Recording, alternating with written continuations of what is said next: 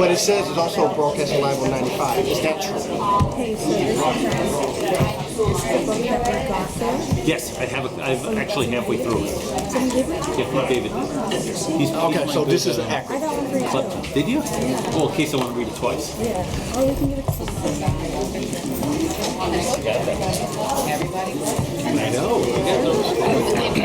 We got two books. He's saying is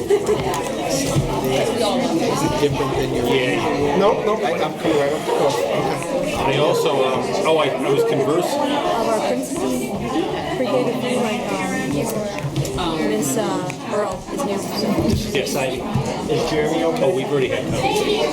Oh, yeah. Virginia. Yes. Jeremy not going to be here? Oh, he should be here, and he's probably just running late. He didn't text me.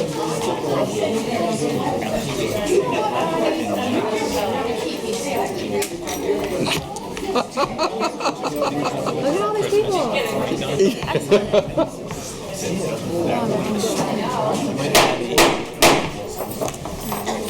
Good evening, everyone. Welcome to the Windsor Board of Education Special Meeting Community Forum for Tuesday, December 12, 2017. If we could all stand for the pledge and a moment of silence, please. I pledge allegiance to the flag of the United States of America and to the republic for which it stands, one nation, under God, indivisible, with liberty and justice for all.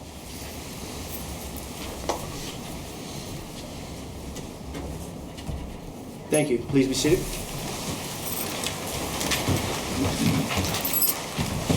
On behalf of the Windsor Board of Education, good evening and welcome to the Community Forum. Before we begin, Win TV is taping this forum tonight. It is streaming live now on Win TV's YouTube page at youtube.com/Windsor TV 5. It is also broadcasting live on Win TV channel 95. This program will be rebroadcasted on channels 5, 95, and 96, and will be available on demand on Win TV's YouTube page. Before we begin, I just want to let everybody know that this is something that we're doing for the first time in the district. We're looking to engage all the stakeholders in the town of Windsor and as it comes to the school district. And we're looking to retool and make this better as we present moving forth. So, any suggestions or comments after this event, I will definitely welcome emails to my email account, and just let me know what you felt about the forum as we move forth.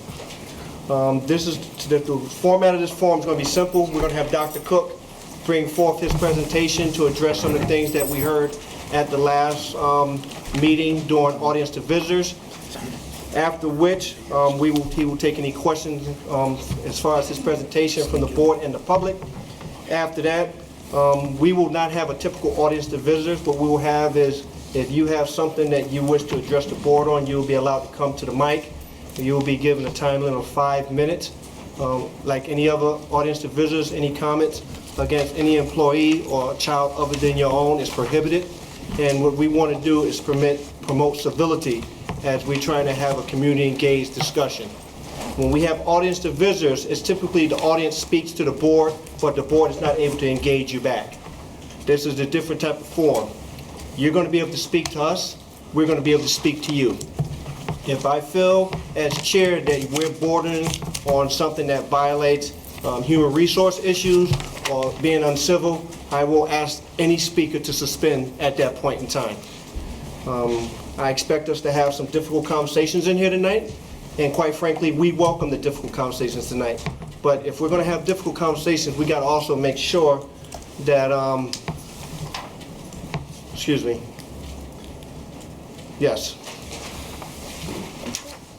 we just got to make sure that we protect FERPA, and we want to make sure that we're civil in all of our conversations. Because if you're going to have difficult conversations, let's make sure we come in with some solutions and intangible solutions. At the end, the entire board will have a chance to comment on the forum, and then I'll be keeping track along with Dr. Cook on any action items that come out of this forum, and then we will announce the date of the next community forum. With that being said, I will recognize Dr. Cook. Thank you, President Lockhart. Thank you, board members, and for the public and staff for coming out tonight. I asked to have some time to address some items and hopefully put some people at ease or just share some information, and we made sure it was 15 minutes up front and not to take any time from what is typically a 2-hour forum.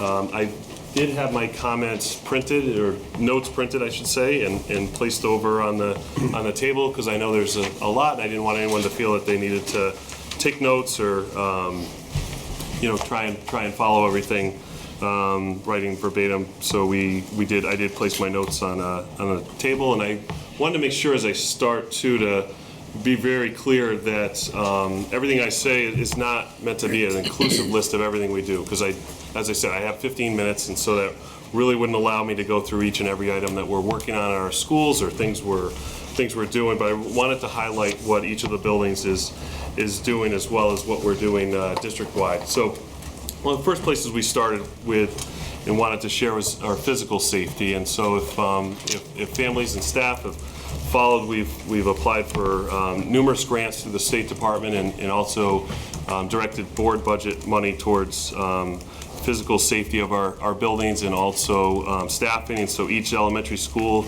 is staffed with one school safety officer. The middle school has 3 and the high school has 5. Staff are supervised by Kelvin Kearse, our safety, security, and residency officer, who I know is here tonight. Each building requires visitors to notify the main office of their presence through a buzzer system, and also we use a check-in system that verifies visitors to the building through a security check. We also are very fortunate. We have a school resource officer that is assigned to the high school. That's a Windsor Police Department member, and also very recent, about a year old, a program with a community resource officer that works with Sage Park in our 4 elementary schools. It's been something that I've worked on during my time, is to try and have another SRO officer, a school resource officer for the middle school and elementary schools. And actually this is a better model that Chief Melanson, who I know is here with us tonight as well, brought from previous town that he worked in. And the school resource officer works with the middle school and the 4 elementary schools. And it's been a great partnership. We talk very frequently about issues going on and things that they see and we see, and it adds to the security, obviously, of our buildings. When we talk about internal security and social emotional security, each of our schools are staffed with a school social worker and also a school psychologist. I think that is something that's very much to the benefit in Windsor. That's not, I would say, typical of all schools in the state, and so we're very fortunate to have this staff. And at the secondary level, we have additional staffing to support additional social workers and psychologists beyond just one per building. As we look at what the schools are doing, I can say that now each school is doing Second Step program, which is an evidence-based social emotional learning program. It has been in our K-2 buildings, and just recently instituted at our middle school. Our middle school has researched programs for about 6-7 months, and came forward with the similar program that was in place in the K-2 buildings, and also our 3 to 5 buildings will be launching that program as well. It supports other efforts that we've been doing for a long time in our buildings. And so, for instance, if we look at Pequannock School, and this is true of all our elementary schools, but social emotional lessons are delivered by a school social worker in the classroom. So our school social workers are working hand in hand with the teachers in the classroom with students. Each school has a climate committee, and the climate committee develops lessons that also are taught through school assemblies. I know Pequannock is meeting on a regular basis as a full school and talking about their STAR promise. Oliver Ellsworth is very similar with Second Step and has Second Step support groups. They also do lessons with the school social worker in classrooms as well. JFK Elementary School just recently had launched JFK is No Place for Hate, presentations that were completed, or during the week of November 13th. I was fortunate to sit in on one of those lessons, and I know we received some very good feedback from the school community as well. It was videotaped, and I know it is or will be placed on the website shortly. I think there was some issue making sure the audio was loud enough, so they're working through some issues with that, but families were invited to come in and join their classroom when that was presented. As I mentioned as well, they had purchased the Second Step curriculum along with Clover Street. Clover Street's doing anti-bullying lessons and school-wide presentations from the community resource officer. And just about an hour ago, the Clover Street principal, Michelle Williams, let me know that they did a professional development today titled Fostering Social and Emotional Well-Being in the Classroom. This was for our staff, and it was put on by our teachers union in the state, the Connecticut Education Association. So I was really pleased to hear that, and I guess it was very well received by staff and was an excellent PD, so we'll look to replicate that at our other buildings. As we move on to Sage Park has been working with PBIS for the longest in our district, and has a VIP program for students that are meeting expectations for behavior. I mentioned the Second Step. They have done grade level bullying presentations, anti-bullying presentations by school administration and Kelvin Kearse, and our new FRC center that just started about a couple months ago is working with families on a Thrive and Survive in the middle school, and one of the topics that they're looking at are bullying and mental health issues. Windsor High School has advisory periods for students, and some of the things they deal with is responsible use of social media, dating violence, sexual harassment and bullying, appropriate use of technology. They have used a curriculum new this year, Dangers of the Mind in-school suspension. So a student that's in school suspension is not only completing their work, but there's also a social emotional curriculum for them. Students have participated in the Connecticut Youth Forum, Violence in Our Lives program, School Climate Committee as well in place there, and Peace Warriors Club was also recently written up for positive impact they're having. They have an action club of students that are educating other students on prejudice, hurtful, derogatory words, and microaggressions and how it affects groups and individuals.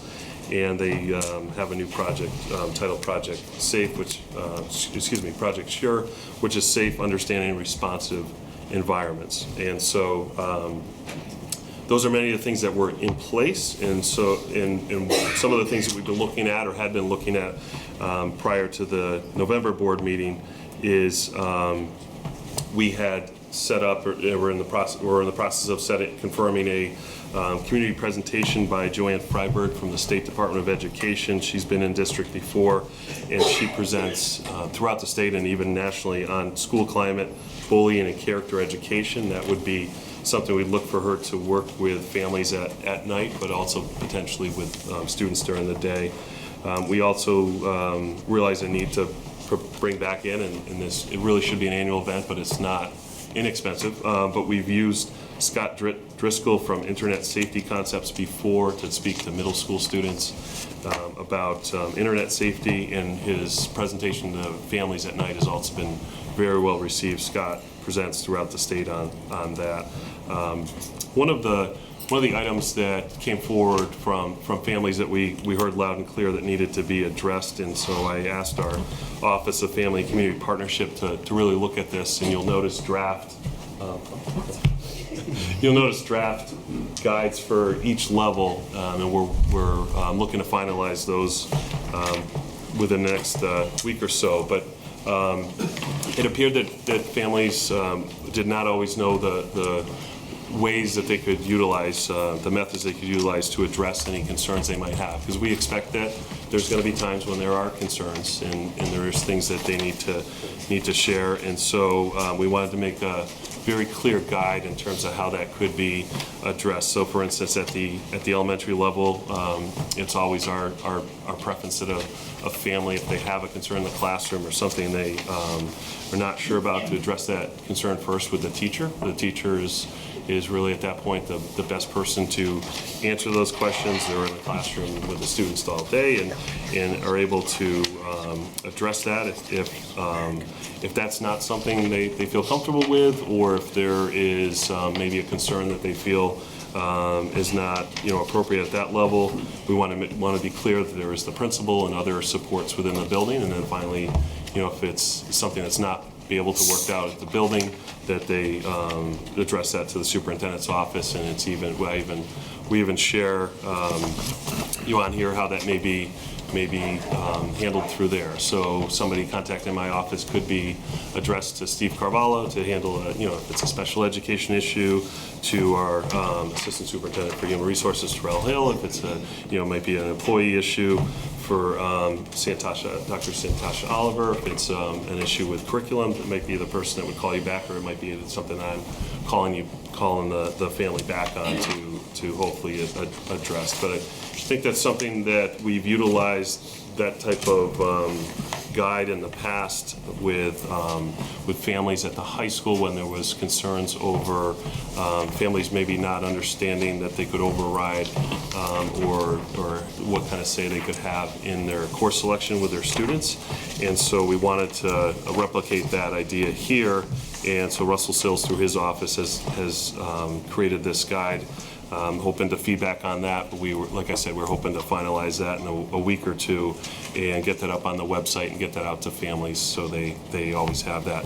They become a little bit more complicated at the middle and high school because there's more supports available and more people potentially involved in the process to help address the concern. But I think they're a clear way to share that with families.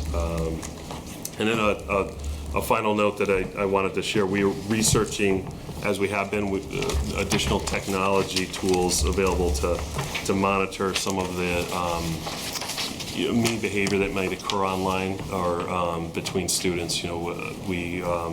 Students have Google emails, but that there are potential ways that we can help monitor that. If there's things that are shared electronically, it's very difficult because oftentimes it's happening outside of the school, and we don't know that it is happening unless somebody reports it to us. But there's new tools that will help us monitor that and send a notification potentially to a social worker or the school principal, so they can help address that. So I didn't want to go over my time. It looks like I may have just about hit it. But I did want to share, some of the things we were already doing, and then as well, some new things we're looking to put in place immediately to help address some concerns. All right. Any questions from the board for Dr. Cook? I do. Ms. Wilson? Just briefly, I'd really appreciate the documents being put together by the Family and Community Partnership, Office of Family and Community Partnership. There's one area on here I'd like to see included. We have academic challenges with other students and relationships with their teacher. I'd like to have included or suggest student social emotional wellness. So if a child themselves, if a parent observes or a family member observes if a child themselves is struggling in some way, to ensure that they have a connection to the school to have that kind of conversation. I don't see it listed. Thank you. All right, do we note it? Nothing else from the board? Any comments from the public? If so, you can stand up, I think, and come to the mic for Dr. Cook on his presentation. Any comments from the public? Going once. Public comments? Going twice. I see one coming. Mr. Lockhart, or remind people about the material. Can you come to the mic so Before we open it up to he wasn't sure that there was the only chance to speak. Are you opening it up for everybody to speak? just for this particular topic. Don't go too far. The presentation that Dr. Cook just made is on the table to my right, which is your left. There's a document that has the bullet points of everything they spoke about. And then there's 3 charts, one for the elementary families, one for the Sage Park families, and one for the Windsor High School families. So grab one. If you see anything that you would like to address on that, please address it to Dr. Cook, and he'll be able to address your concerns on the document. Any questions for Dr. Cook on his presentation? I I'm Darlene Clace. I'm just, and I can comment again, or if after on another. Wait a minute, say that one more time. If I had another comment for later. You can come back, yes. Okay. I'm Darlene Clace. I live at 318 Hitching Post Lane, and I was just wondering if these documents are online. No, these documents right now are in draft form, and he's looking to put them online in 2 weeks, once we produce the final product. Thank you. I'm sorry I was late. Sorry.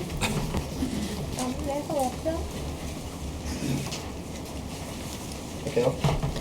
I really appreciate that request. I'm wondering if there'd be a way to put them up online to gather feedback from the community to inform the drafting of the final document, just to ensure that a broader member audience of the community is able to view these forms before they are put into their final draft. I'll take that under advisement with Dr. Cook and follow up. So that's an action item for me, for the stenographer, for me to follow up on, please. All right, with that being said, there's no other comments on Dr. Cook's presentation, so I'm going to close that agenda item. Correct? Correct. Okay. Dr. Cook, thank you very much. Welcome. Next on the agenda item is the community forum. We are going to be limited to 8:45. So with that being said, as the previous rule stated, come to the mic, state your name, give your presentation. If you are looking to engage us back and forth, that's within the 5-minute limit as well. So with that being said, who's coming up first? Yes. Before you come up, our vice president is going to time it just like we typically do in board meetings. When you get to 30 seconds for the presentation, he'll put his red card up, and then at that 5 minutes, we will halt and go to another person. With that being said, name and address for the public, please. Hi, good evening. My name is Andrea Kay, and I'm one of the co-presidents of the Windsor Education Association, and we represent the certified teachers in the district. I would like to first thank you for having this community forum and allowing me to address some of the concerns that we have. I am here speaking tonight on behalf of Windsor Public School teachers and in partnership with my co-president, Dr. Miriam Klein. Teachers in every building across the district have concerns regarding escalating student behaviors in the discipline process. I am here to urge administrators, Board of Education members, parents, and other community members to work with our teachers together in finding a solution to this issue that is spreading across the state. We need to work together to make our schools safe for our students, our teachers, and staff. Our teachers are committed to making our classrooms safe in order to promote a positive learning environment for all students. The WEA has started the conversation with our teachers and are in the beginning stages of developing a plan with guidance from representatives of the Connecticut Education Association. Publicly, there have been some informal conversations about a task force, and the WEA welcomes the idea and participation in it. We will not let this go, but we cannot do it alone. We need the support of our administrators, board members, and parents. This is a community, and teachers are a large part of that community. Teacher voices must be included in any discussions regarding the education of our students, especially the issue at hand, student behavior and discipline. Again, I thank you for organizing this much-needed forum. You have our assurance that we are willing to work with all stakeholders to make our classrooms and schools a safe and engaging place to learn for all students. Thank you. Thank you. Before you depart, is there any feedback from the board to the speaker? Seeing Mr. Bosch? I have some. At first, I want to say thank you for speaking on behalf of the teachers, because I think we're on the same page. It's not just the teachers, it's not just the administrators, it's not just the board, it's working together. And from the perspective of me sitting up here, it's how do we support you? Ultimately, it's about supporting each other to make the environment better. How are you getting the support you need from your building administration? How are they getting the support they need from central office and the superintendent? And how are those folks getting the support they need from us? So the fact that you're coming here to say, make this a cooperative effort is very important. And that's something I would like to have that conversation, what supports are needed. A lot of what we do, you could have the best policy in place, you could have the best trainings in place, But the teachers are really where the rubber hits the road. And, with all those other things in place, what's not happening, what is happening. I'm not looking to hash that out in detail here, but just very thankful that you're here and that we will get to that conversation. Thank you. To address that, we will be having that type of conversation. I want to get to the whole community forum first, and then at the end, when we give our final comments, I will make some final comments at the end of the meeting on the direction we move forward based on action items. But I just want to hear the whole forum first before we proceed forth. Any other questions for the speaker? Thank you. Thank you very much for coming out. Thank you.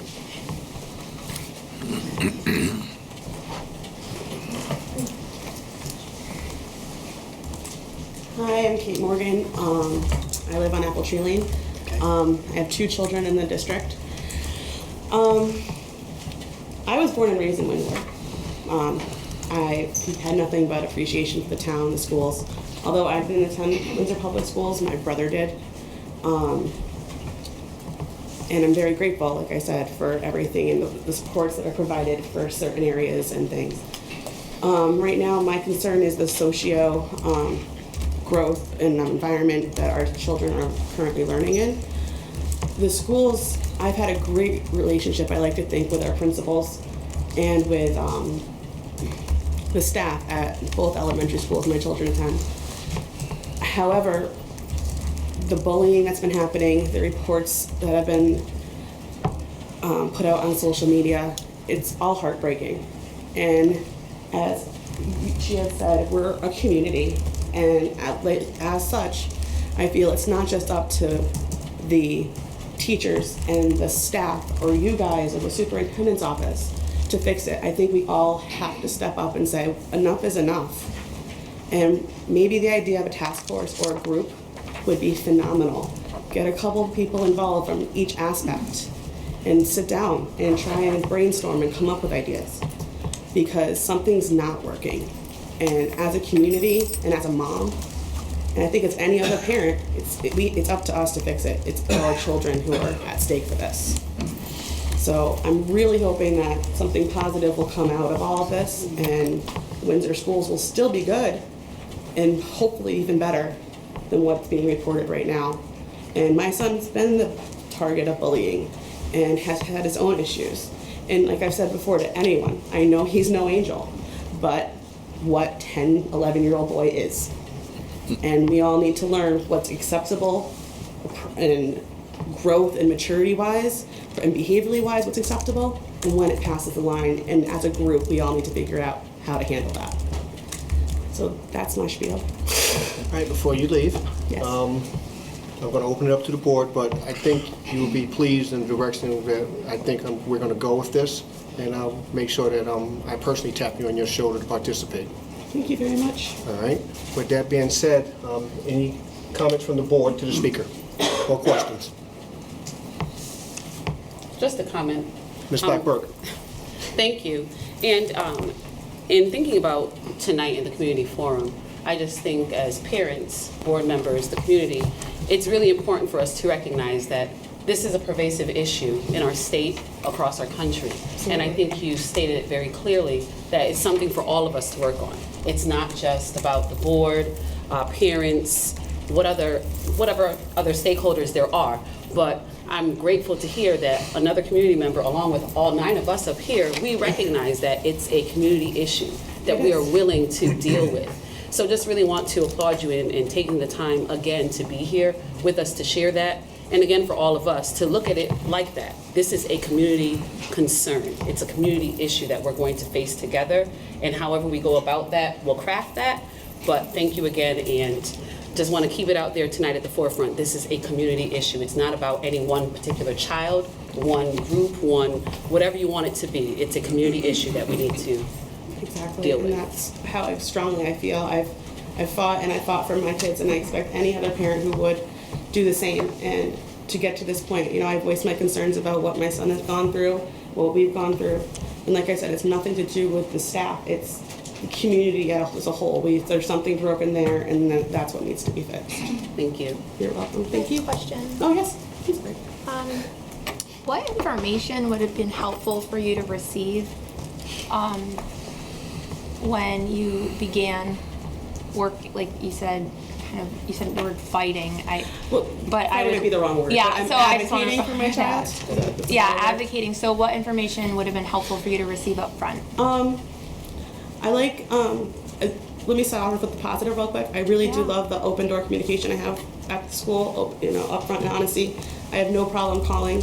I have a loud mouth and I use it. However, probably more involvement with the teacher, more communication. I know I make it a point always to put myself out there and introduce myself, and vice versa for the most part.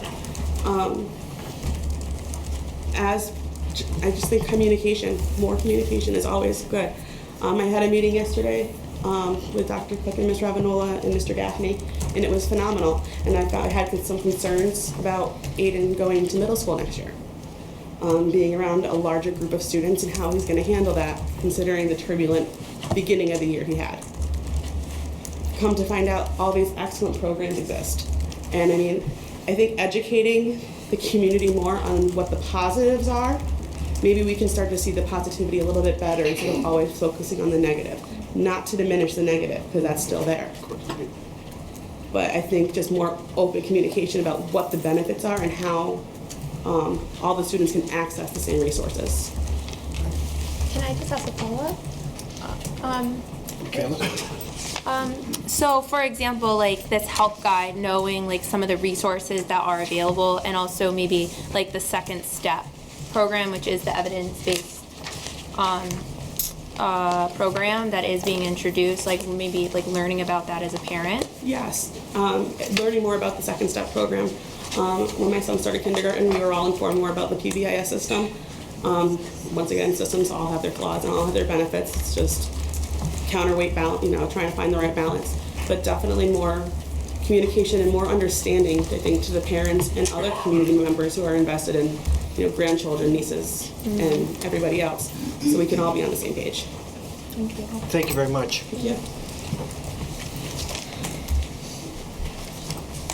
Hello, I'm Darlene Price. I live at 318 Hitching Post Lane.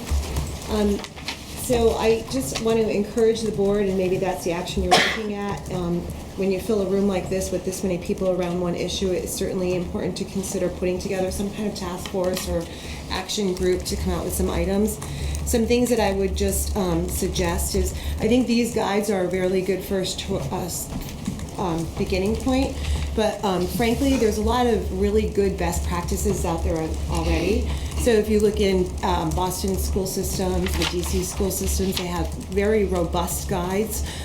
What I think we might want to consider is not only how you get help, but how we track those requests and what the process is going to feel like to a parent asking for help or a child. So even though I understand the system, I've dealt with the school, worked in the school system as an advocate for a long time, so I kind of know the process. I don't think everyone understands that, and I think every time it's a new challenge. And so I, as a parent, know I could go to my teacher, but if that's the place of first report, by the time it leaves that teacher, and I'm not saying anything against the teacher, by the time they assess it and figure it out what's going on, or a guidance counselor, I might be on my 5th report of an incident. And you, the board, Dr. Cook, the principal may know nothing about that. But at that point, I'm extremely frustrated. And so I think that's a thing we have to think about, is not only understanding what it is, but also how to make sure we are tracking and monitoring it.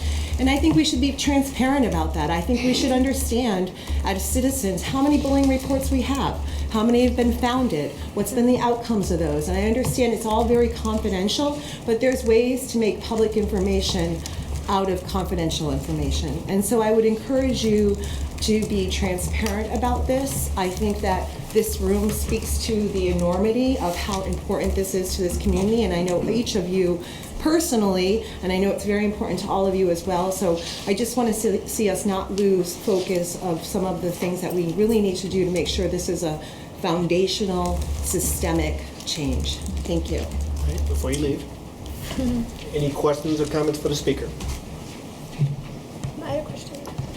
Ms. Fussell? Thank you so much for speaking. I think you provide a great starting point for us to continue to kind of navigate this issue, especially as a board? Because you mentioned like this idea of foundational and systemic change, and then identifying kind of like bullying reports, and so are there other, clearly you were on the board, you understand the way that this works. Is there other indicators that come to mind that we may be able to kind of look at that? Yeah, so I think when I went on when I did some just quick research, there were 2 school systems at least that had 1-800 lines where parents could report that they'd made a report. You could even consider, I know when we have reports of escalation, let's say I'm putting in a ticket for a IT system, that IT report goes into a place where it's bucketed and tracked. That way, I think, it's a lot to expect a teacher alone or even a guidance counselor who has a full caseload of students to remember every situation. And sometimes I would say that probably, especially our younger children or even the child who's being bullied, don't articulate quite as well what's happening, and so what might seem like a very minor event after their articulation is really a much bigger event in their lives. So I think that if we just had some way of reporting those or knowing that those reports are happening, we could even proactively reach out to those families and children. So, but there was definitely some things. I can look up the links again and send them. Thank you. Thanks. Thank you, Ms. Clayson. The sign and paper. Who's next?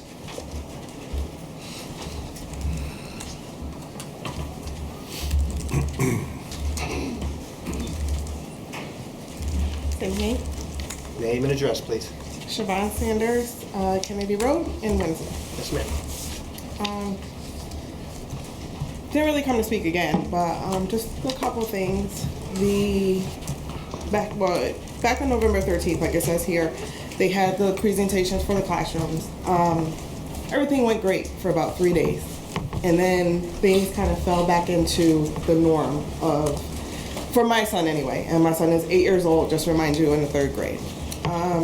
So he had a good 3 days, and then everything slowly came back to the way it was. I do have a suggestion for him. He is now afraid to say anything. He doesn't want to go to his teacher.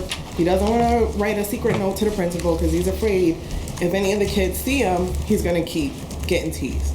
So he comes and tells mommy.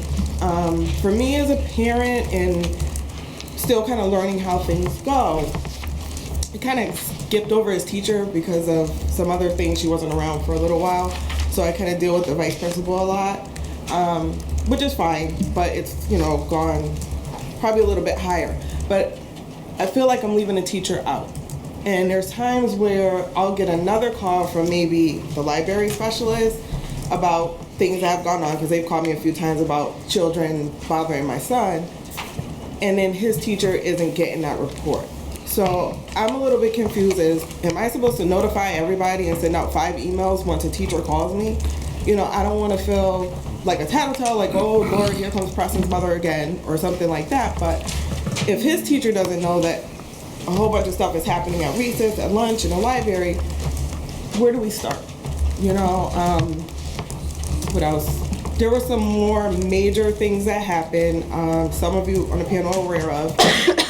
I personally have not gotten a call yet from the school to tell me, hey, it was looked into. I got a call from a panel member, but I haven't gotten from the school, hey, this is okay, it was looked into. My son is like, mommy, is everything okay? I don't know. So, that was within the past 24 hours. And as serious as it kind of was to me, I would have hoped somebody would have called me. So I think communication definitely is a big, big deal with the teachers, the staff. Just communicate. I mean, I know there's a lot of kids, I know there's a lot of issues, but if it's kind of like a common child always getting picked on, I really think they should just say, hey, by the way, shoot an email to the teacher, shoot an email to the principal, something. That's really it. I think also it was nice that they had the presentation last month, but I think it should be a weekly thing.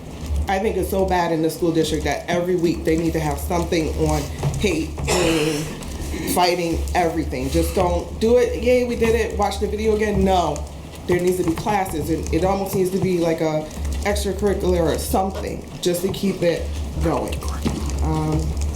Part of health, I don't know, just something more. That's really it. Great. Thank you very much. Any response or comments for the speaker? Mr. Fury. I'm concerned that, that you've had multiple incidents that don't seem to be getting the feedback. So I think you need to try to go up the chain of command. If you have, I would contact the teacher, and if within 24 hours you don't hear back and there's an incident that happened, I would go to the principal. Hopefully the first thing is to say to the teacher, if they do call you back, did you bring this to the attention of the principal? Because and explain why you think it was significant enough that it should have. And if he or she is not willing to, then I think you should be, I know if I was in your shoes, I'd be going to the principal about that. And I'll be honest, like, she really didn't know much that was going on because I had skipped, only because she wasn't available. So, unfortunately, she might be in the dark a little bit, but I'm trying to talk to her and catch her up to speed just so she's... And I appreciate your comments, too, about the presentation that was done about bullying. And I agree, and I don't think any of us believe that a one-shot deal is going to, this one-shot bullet is going to be magic there. So I know we do want to hear again about what best practices are and what other suggestions are to improve the climate. Thank you. Ms. Blackburn? And this is not a comment for the speaker, but I wanted to ask Dr. Cook a question. Ms. Blackburn? So in regards to, we're hearing the parents share about the dire situation, would it be possible to share with the families, with the community, school by school, how many cases or referrals have been made as it relates to bullying? What's the current state of the schools right now? Because I think if we have a beginning point, then we can look to find a end point per se. We understand that the situation will continue. Kids are going to be kids. I like to say that kids are going to be kids, so there might be incidents that will continue. But for us, if we're going to form a task force, I think we need to figure out where we are currently, like what is really happening. So if it means that, I'll pick on JFK. Sorry, Mary Kay, I love JFK. My son was there, so if it means that at JFK, from August to December, we had this many incidents, I think that would be good for the public to hear, to know, to understand, and then we can try to move from that point. I don't know if that can be done, how long that will take, but I just think it would be a great place to start so everybody understands where we are, and then we can look to see where we can move. Sure. Yes, the data could... Wait a minute, not yet. We'll flag that as an action item. I want to make sure I promote that this is a back and forth, so you're able to question us back and forth. This is a rare opportunity for you, so I want to make sure you take that opportunity. Any questions? It's just a comment, really, and maybe a question.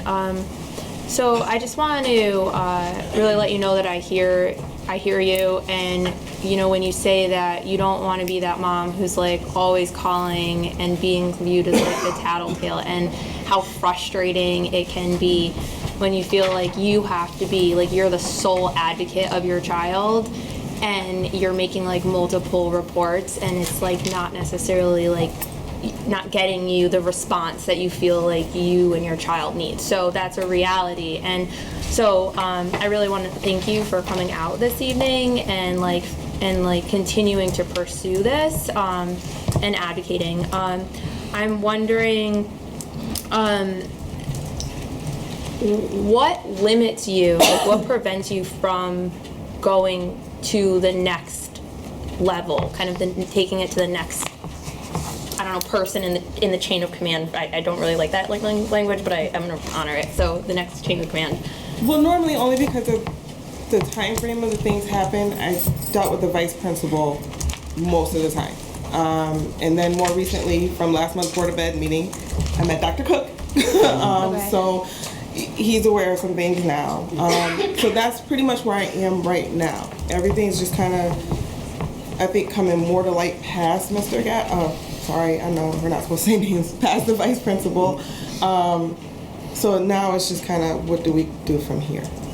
I can't say it. it just didn't start the normal way. So I feel bad, teacher wasn't involved into the next step. It just didn't happen that way, in my case. Well, Thank you. she answered your question. Yes. I appreciate your honesty in that situation, that the teacher was left out of the loop, and that you're working with all the entities to make sure that we try to get a conducive environment for you. So I do appreciate you expressing that. And Dr. Cook, I thank you for meeting with her as well and trying to resolve her situation. Our meeting's tomorrow morning. Oh, I thought okay. Yeah. All right. Well, that's a good step. So I'm pleased with that for now, and I'm sure Dr. Cook will do all he needs to do. Okay. Stout? Thank you, sir, Mr. President. You're welcome. You had mentioned that your son, or that your child, excuse me, is afraid of telling the teacher or administration. I can definitely understand that. Maybe one thing we have to look at is maybe in an anonymous way of reporting that, because I feel that it might I can bet that it's probably not just elementary school, but middle and high school students as well who have not made those reports. So I think that would be something to look at. That's well received, Mr. Halleck, and I will be addressing that at the end. All right? Thank you. I wanted to follow up with that. So I wanted to note that Mr. O'Reilly did suggest, which I wanted to know if this would be helpful, do you think, for your son, an online form to submit an incident of bullying that would go directly to the administration. So, I mean, clearly your son sounds like he's in elementary school. He's 8 years old. But you so could it'll be do something- that together. Yeah, I think that would help him because he definitely, more recently, is just like, I don't want to say nothing. He just doesn't. And just to give you an example, a kid turned off his computer and the teacher went to discipline him, why did you do that? And he said, I didn't do it, this person did it. And one child said to him, you should have just took the punishment. He's like, but, he was like, I'm not going to say anything anymore. It's little stuff like that. And, another example, another child got talked to about something and they said, Preston told because, I keep saying his name, sorry. My son told because he was talking to the teacher. So it's already now, it's like he's the tattletale. Okay. Thank you.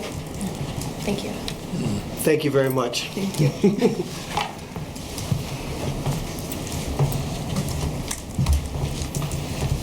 Who's next? Going once? Going twice?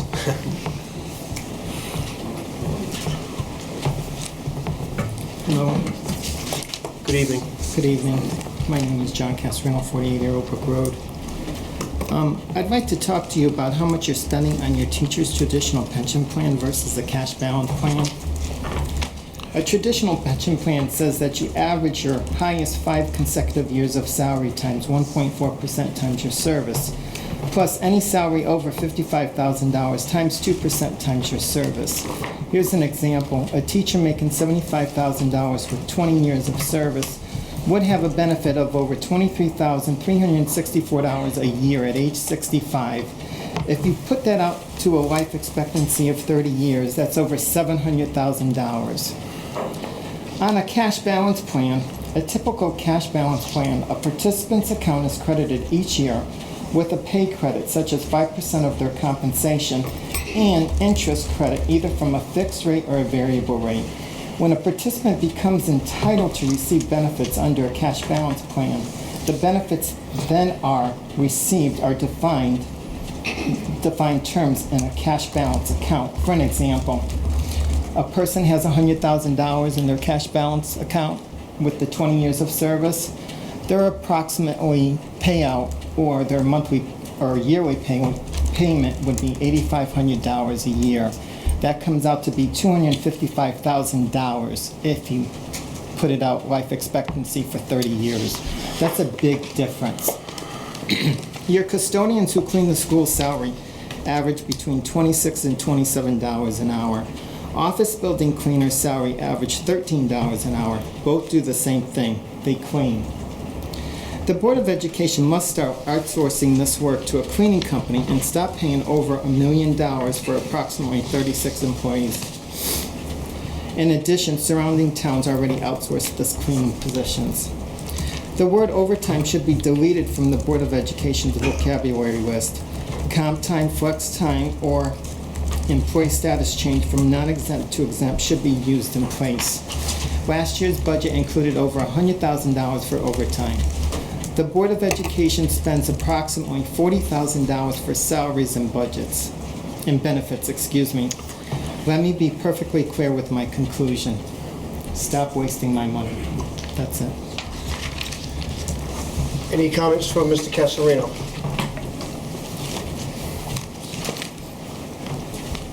Mr. Dollar.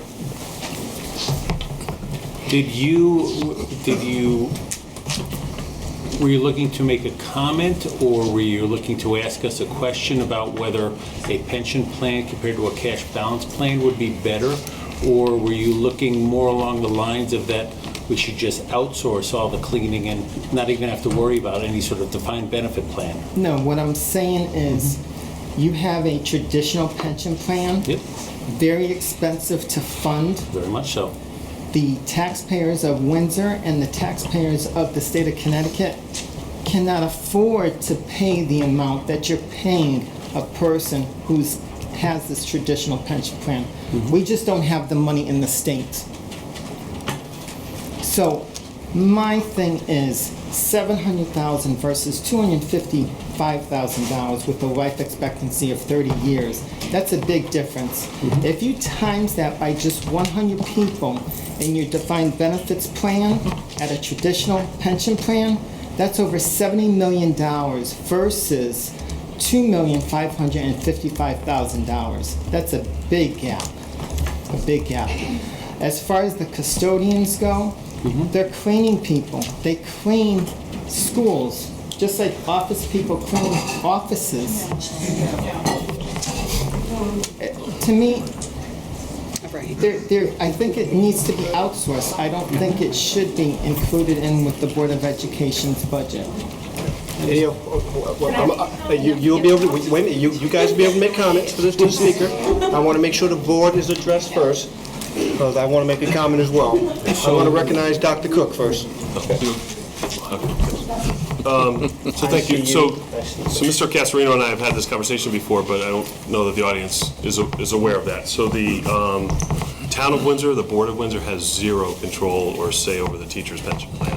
Let me finish, because I understand, so that really would be something directed towards the state, but because the state runs the pension plan for the teachers, they've actually recently increased the amount required for teachers to input into the pension plan. But the town and board have zero control over the pension plan, and actually the town and board do not pay into the pension plan. So for local taxpayers, it's not coming out of your local tax funds or anything on the teachers or in the school budget. In terms of custodial salary, what I would say is, I support having custodians here. The difference between school buildings and office buildings is that custodians here clean while people are in the building, while kids are in the building, whereas in office buildings they're cleaning typically when those are vacant and they're dealing with adults. And so our custodians deal much more than office cleaners. I was at a building today and the custodian was running out with a bag of something I didn't want to touch, and I know our staff wouldn't want to touch, and he had gloves on and was doing it appropriately, but I think there's just so much more that goes on in a school building. And then in terms of comp time in lieu of overtime, we are staffed so thin in that if a custodian had to work late one evening and they were given comp time to use within that week or later, then we're going to have a hole for that person. So typically there's 1 to 1.5 staffed at night or for our elementary buildings, sometimes 2 in the bigger ones, but they wouldn't be able to clean and have the building ready for the next day if they were by themselves, or if they were covering another building. So that's the difficulty. In terms of pension plans, where the town and board do have control on is non-certified pension plans, and those have been converted from a traditional pension plan to a 401k about 4 or 5 years ago for new hires. But that's already starting to have a impact, I think, in savings on the town side and on our side as well. So I think where we have control, we've made some of those changes, and where I think it's best business to have custodians. We've kept custodians, and then the teacher's pension is out of our control. Ms. Delvaux? Yeah, actually, Dr. Cook made several of the comments that I would have made. Pensions are the purview of the local towns. The the teachers and the TRB are only funded about 25% on an actuarially true basis. They have an issue, but that's not with us in the town level. It is controlled by the state and by our legislators and the other parties up on the Hill. The conversion over to a cash balance plan I've dealt with clients with them. Not a clean situation. It can be done, but it can create real problems. And again, we got to go back to state law. The custodians, they do some things that most people wouldn't. And could we find some way of saving some money? Possibly. And it may be something worthy of consideration. But I think there are other areas that we should be also looking at and trying to streamline our operations and finding efficiencies where we can. Thank you. Mr. Walsh? Yeah. Well, first, thank you for coming, and thanks for ideas. Honestly, if everybody thought of ideas, it would be good, because if there's ways we could optimize the budget, there's plenty of ways that we can use that money to help the schools, help the towns in other ways. The first point I was going to bring up, Mr. Elleveld and Dr. Cook already brought up, some things are just out of our purview. We have no control over the pension. The second thing I want to mention on the custodians, we're actually pretty lucky that we are one of the few. I don't know what other districts have the custodians working directly for the schools, but I see a number of building principals here, and it gives us a lot more control in the school building, where if the custodians are doing something they should or shouldn't, or we have a special need to do something or not do something, they work for the school system, so the building principal could, advocate what we need cleaned, areas to avoid, just have that control over the day. It's not a call to somebody else saying, people coming into your building, well, this is my checklist, A, B, C, and if you need to alter from that, you're calling a third-party company saying, well, we can't do B today, and you have someone there, well, I'm here contracted to do B, you can't tell me I can't do B. So it just really creates a really good working relation in the school building, where the custodians do work for the school and not for a third party. So, there is a lot of communication and flexibility that other school systems don't have when they have to work with third parties. So I acknowledge that we could look at the cost for custodians, but I wouldn't want to take away them working for the school just because of the harmony we have in that respect that other school districts don't have. So I really appreciate your comments around I really like the language around streamline operations and identifying efficiencies in regards to finding service areas within our district that can be kind of outsourced, right? I don't believe that it personally, as an active member of my children's school community, that the custodial staff would be the most appropriate place. However, I understand your rationale in that area. Our custodial staff bend over backwards to accommodate many stakeholders, especially families coming in who are attempting to kind of, enrich the school environment through various activities, through PTO, or the or various other activities. And so, the family resource centers, right? And so they do so much.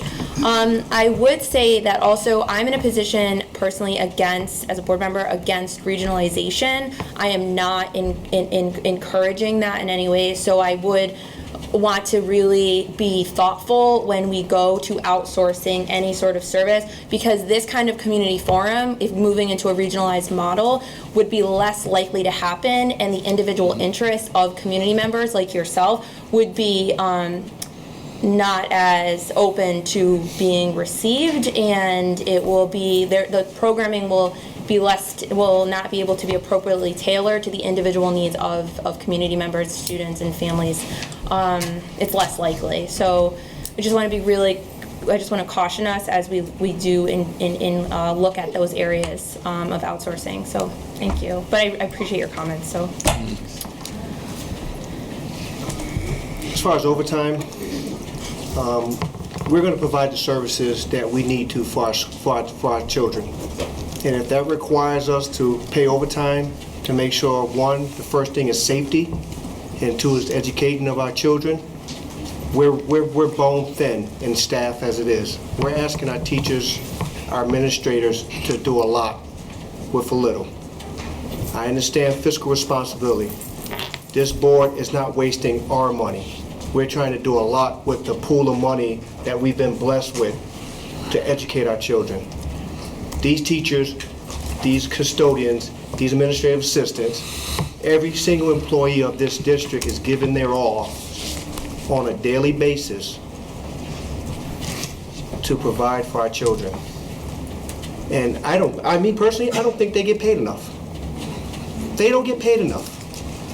They do more for us. We get more bang out of our buck, our dollar, for these employees, what they have to deal with during the school day, when they go home. I'm sure there's children that rely on them outside of the classroom, outside of the building. I see it personally. So I understand the concept of not paying overtime and stuff. I totally understand the fiscal responsibility. But this board member, if it's in the area of safety, if it's in the area of protecting our athletic students or all of our students that are traveling to events and stuff, and our teachers are getting a stipend, or the principals are doing things that they need to do to make sure the climate within their school is appropriate, as long as it's within their line item and that they don't overspend their budget, I'm all for them paying overtime with understanding they may have to nip and cut somewhere else. So at the end of the day, your points are well received, sir. But I want to assure you that our money is not being wasted and that we put a lot of effort and thought into making sure we put our resources where they need to go. So, but I do well receive your comments. Okay, concerning the pension, I understand it's out of your control, but you could be the first to go to the state to voice what the taxpayers are saying they would like to do. Second thing is, with the cleaning people or the custodians, I thought of this. You know how you have your stay-home moms and your stay-home dads? Mm-hmm. You could actually hire them and have flexible times with them so that their mother or their father could be in the school system while the child's there. So if bullying occurs, like you're having bullying problems, the mother or father could be there to say, or help you guys with that. And as far as the overtime goes, I hear what you're saying. Mm-hmm. I just think that with the amount of money that the school system has, there should be some type of offset if you have to pay overtime. In other words, make up that revenue somewhere else, like doing something else. I don't know what, but offset it. And I'm sure people would like flex time or comp time because they have doctor's appointments, their children have doctor's appointments, or something's come up, they overslept or whatever. If they have the flex time, they could use that instead. That's all I'm saying. Yes, ma'am. Just in comment, I'm thinking as a parent and a community member, personally, I think getting rid of any staff would be detrimental to our community in the school system. I personally don't think that there is enough money to be had for what our children need. And it's not just my child, not just your child, or your child. It's our community. And if we're going to be putting forth ourselves and trying to produce a productive environment for our children to grow in, eliminating people who are constant in their lives, I might not know the custodians' names, but my children do. And they are respectful, and they walk by and say, "Hi, Mr. So-and-so. What are you doing today, Mr. So-and-so?" And it's a positive interaction. And at which point, I think, especially in the younger levels, it is incredibly important to have. I don't think taking away funding and maybe trying to allocate it or even wasting tax dollars, and everyone's entitled to their opinion on this, and I'm not saying anything negative, but I'm saying as a community, once again, we need to say, the money's going here, yes, we're paying the custodians, yes, we're paying the teachers, of course there's going to be overtime. I mean, I'm a state employee, I get a lot of grief for what I'm making money-wise or my benefits. That being said, it's not right to judge a person just by what their job title is and whether or not we should support them. If they're part of our educational community, I think that they need our community support as well. I agree with you. I'm not saying to eliminate, I'm just saying that it should be outsourced. So in other words, off the books of the Board of Education, what I'm saying is use a independent company or a cleaning company or whatever you want to call it, another company outside of the Board of Education to do this work. You can still have the employees. But it wouldn't be the same relationship. You get these people coming in who are making just so-and-so cleaning people, not, like I said, who have no connection to the school, have no connection to the student. They come in when school's closed, they clean up, or they're in school when the kids get sick and they clean up whatever messes need to be made. But they're not going to develop that relationship. You're not going to get the quality of people when you don't offer benefit that people feel they deserve. But it could be offset by moms or dads that stay home, that come into the school system, that have a rapport with the other students as well. Custodians come and go, just like cleaning people come and go. I'd like to know how. Okay, wait. Our custodians been around for a while. Certainly. All right. They've invested their lives. All right. I've let this conversation, I know that I went past the 5 minutes. Yes, you did. So Sorry. No, blame the chair, that's all on me. This was a conversation I think that need to be fleshed out a little bit. With that being said, I did recognize this lady in front of me and Mr. Dobler. And if there's one other comment, I'll take up to 3 and that's it, and we'll end this on this topic. So 1, 2, was there a third that want to speak? Are you good? You're good? So I'll take Mr. Dobler, Dr. Cook. Can I just make a suggestion? Dr. Cook? It's the board's forum. Obviously, I'm up here with you and trying to work through it. I know it's the first time you did it, but what I would just say is that as a speaker comes up and speaks, the interaction should be with the board. Okay. And I don't know if we want to call on community members to then have that interaction with the speaker. Okay. After the speaker sits, they certainly could have that community member come back up and address the board again, and it might be on a topic that speaker spoke to or something else, but that just something that you might All want right, to that's why we're seeing, I'm just trying to make it inclusive for everybody, so you know what, it all falls here, so I apologize. So I'll recognize Mr. Dobler, and that'll be it. I only need 5 seconds. I Yes, was sir. going to go into a dissertation about getting together about pension versus cash balance plan, and I think that's an interesting idea for the state. The only other thing I will say is that my youngest daughter has indoor soccer tonight at Pequannock School. And can you guess who is opening and closing the building for them? It's not a teacher, it's not the principal, because she's over there. It's a custodian, and I'm not going to go into anything more than that for time constraints. Thank you. But another mom or dad could do that if they were. Thank you, Mr. Cassidy. Good night. Please run before you get Please accept my apology. I should have not allowed that interaction back and forth, but it was just an organic conversation, and we're trying to build a community forum. I think it's healthy, but I won't allow that to happen again. So the board, you can smack me around later. Yes, ma'am. Hello, my name is Aisha Gonzalez. I'm at 25 Laurel Ave. Okay. I am a parent of 2 children at Pequannock and at Clover Street. I am also a staff member of Windsor Public Schools, and I am very proudly a staff member of Windsor Public Schools.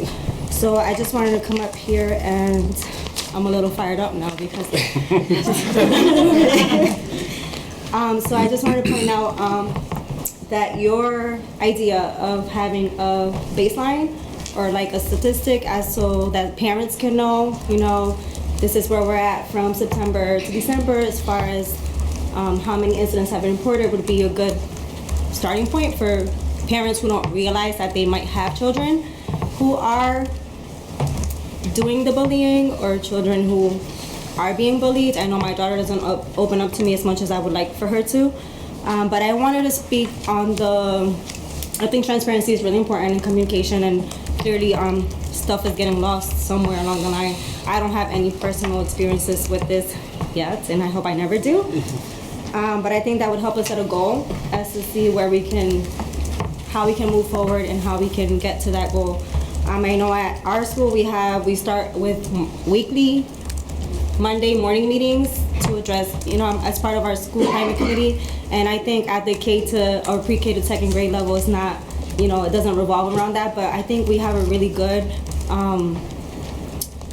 school climate, and we focus on reiterating the STAR promise to our children and to our staff members. And it shows as we walk through our building that we do focus on kindness, and we do focus on respect and working hard. And I think starting on Mondays with a morning meeting at the other grade levels might be helpful for the children, so it's not just like a once a month thing, but it's like we're coming to school on Monday and it's a positive environment, and we're going to make it a positive week, and we're going to end it on a good note. I have to say that I am absolutely impressed with Windsor Public School System as somebody who's been through other school systems, both as a parent and as a staff member. We're blessed. Point blank, we're blessed. Our family engagement is on point. You don't see that in many school systems in Connecticut. We make it a point to involve the families during school, after school. We have monthly events, at least at the schools that I've been a part of. We have FRCs that are there for the families. I know Sage Park just opened up an FRC. I can't speak to Sage Park or the high school, but I know that we have a really good school system. And so I don't think it should be on the staff members, like we said at the beginning, and I want to bring us back to that point that this is a community effort. It's not just for administrators, it's not just for staff, but for parents as well. It starts at home. It all starts at home. The moment that your child is born, it is our job to teach kindness and to teach acceptance, to teach tolerance, to teach respect, and it does not lie on the hands of the teachers who are overworked and underpaid to teach your child the things that should be taught at home. So I will leave you with that, because we have a really amazing school system. Thank you very much. Wait a minute, before you leave, any questions for the speaker from the board?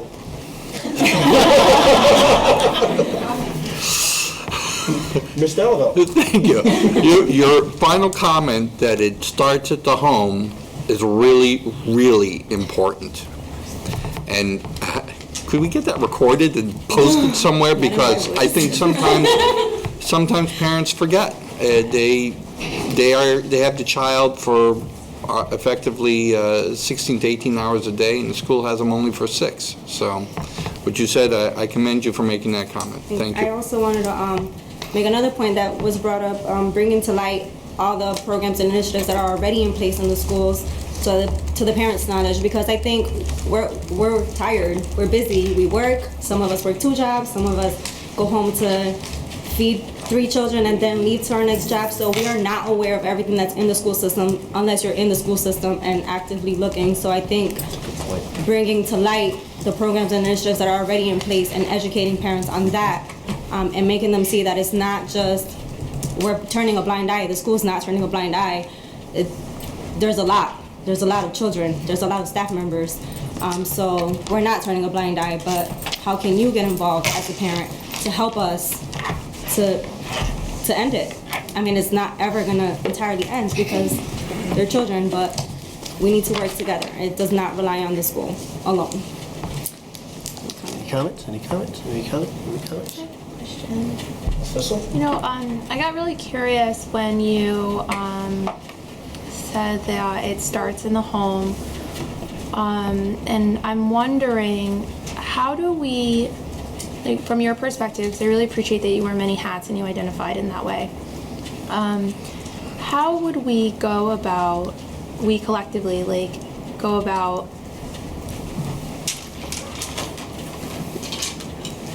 limiting our tendency to further ostracize families that may be struggling and are unaware that their students, their kids maybe are not demonstrating maybe the best values that, so, right? And so I'm wondering if you have any insight into that, because I do feel like you may be able to offer us some suggestion in that. And like, how do we engage them in a dialogue where they feel encouraged, right, to share maybe the struggles that they are having? Honestly, I think reaching out to families who are already feeling ostracized is always a big concern of the school systems. It's hard to reach them, and I think sometimes they might feel intimidated to come even to school events. So I don't know. I'm open to suggestions. I really appreciate that. So I'm wondering, because now I'm really appreciating this dialogue, because I'm wondering if there's a way that we can, like, if we can identify, not me, I'm a board member, I don't have any real involvement in the building. However, like, maybe that's part of our conversation is like, what can we put into place so that way when families are disengaged from the school in some way, that there's a way to kind of identify that family, and then because we have the home visits, right? So like utilizing that model. I know other school systems have used their FRCs for a parent education type of program. The one that I used to belong to was from birth to age 5 when they're entering into kindergarten, and that has been evidence-based programs that start at the birth level, and then parent educators are literally teaching parents how to have these interactions and how to have these conversations with their children. So by the time that they're entering kindergarten, they have that strong relationship building. And relationship is everything in the early ages of education and development. So we can have those relationships happening in the home. And sometimes it's really hard to get to those parents because I don't want to have somebody in my home. So any suggestions that anybody has, I'm sure it will be greatly welcomed. I know maybe utilizing the FRCs for that type of To reduce that maybe fear, like that, maybe like you mentioned, that fear that kind of maybe. I know because I was a parent educator, and I know that building a rapport with the families is, you can't do anything unless you build a rapport with families. You just can't. So if you don't have that trusting foundation, you're not going to get into what matters. That was so insightful. Thank you. What else? Thank you very much. Thank you. Hi. Hello. You inspired me, Aisha. I'm not really a public speaker, so I have 3 children. My name is Maria Koistinen, and I reside at 103 Lighthouse Hill Road. I have a high schooler, I have a middle schooler, and I have an elementary school student. So the things that, as a parent, in deciding to stay in Windsor and having my kids go through Windsor Public Schools, first has been the academics. I really enjoyed my daughter being at the high school, and I can honestly say not one of them ever came home and said they had a bad day. But I am aware that within the schools there are behavior issues when a teacher is not there, and there's a sub, and because of the many IEPs that teachers are pulled out of. I think last year, I mean, it was crazy at the elementary school level that teachers, really pulled out a lot because they needed to go to, various meetings for children, which allow me to see what happens when there is a sub there. And often it's sad, but, kids do become very physical within the elementary, they're younger. So I do find that this is a common thing, and my child has never been, a victim of this, but I can totally, after hearing, I didn't stay for the last meeting, but hearing, the experiences that parents went through, I don't know what I would do if my child was physically, attacked or hurt at school. So academics is one piece, but then the safety. No parent wants to know that their child was hurt at school, and that's, you know, that's how people decide on where they're gonna have their children go to school. So I did ask, and I know I spoke with one of the members here, is and I think you're special ed as well, right?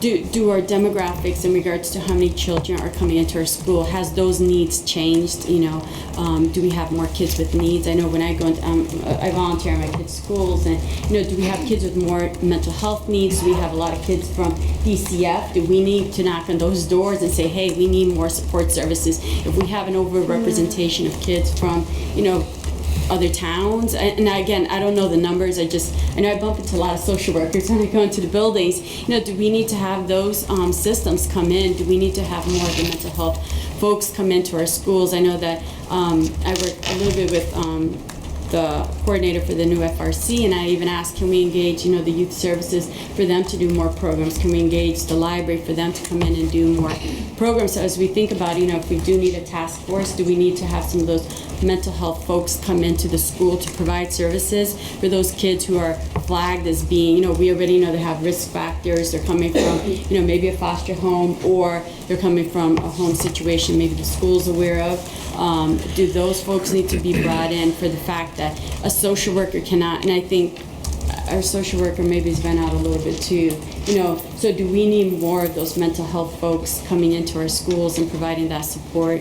Do they need to be on a task force to you know, help us, you know, as community members? Because those parents are very engaged. You know, we're going to say, well, my kid is doing well, you know, and then you're going to have those kids who bully and those kids who are being bullied. So you need support for those two groups too, you know. So I think we really need to look at those resources in our community. I know I look at Anna Grace, the Anna Grace Project in New Britain, and they're doing great work in regards to mental health in their community. And so we might want to think about, you know, how do we engage those folks that could provide that extra help for our students. So and there, that's it.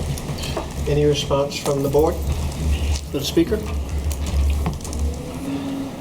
All right. Thank you very much. Yep, no problem. That's great.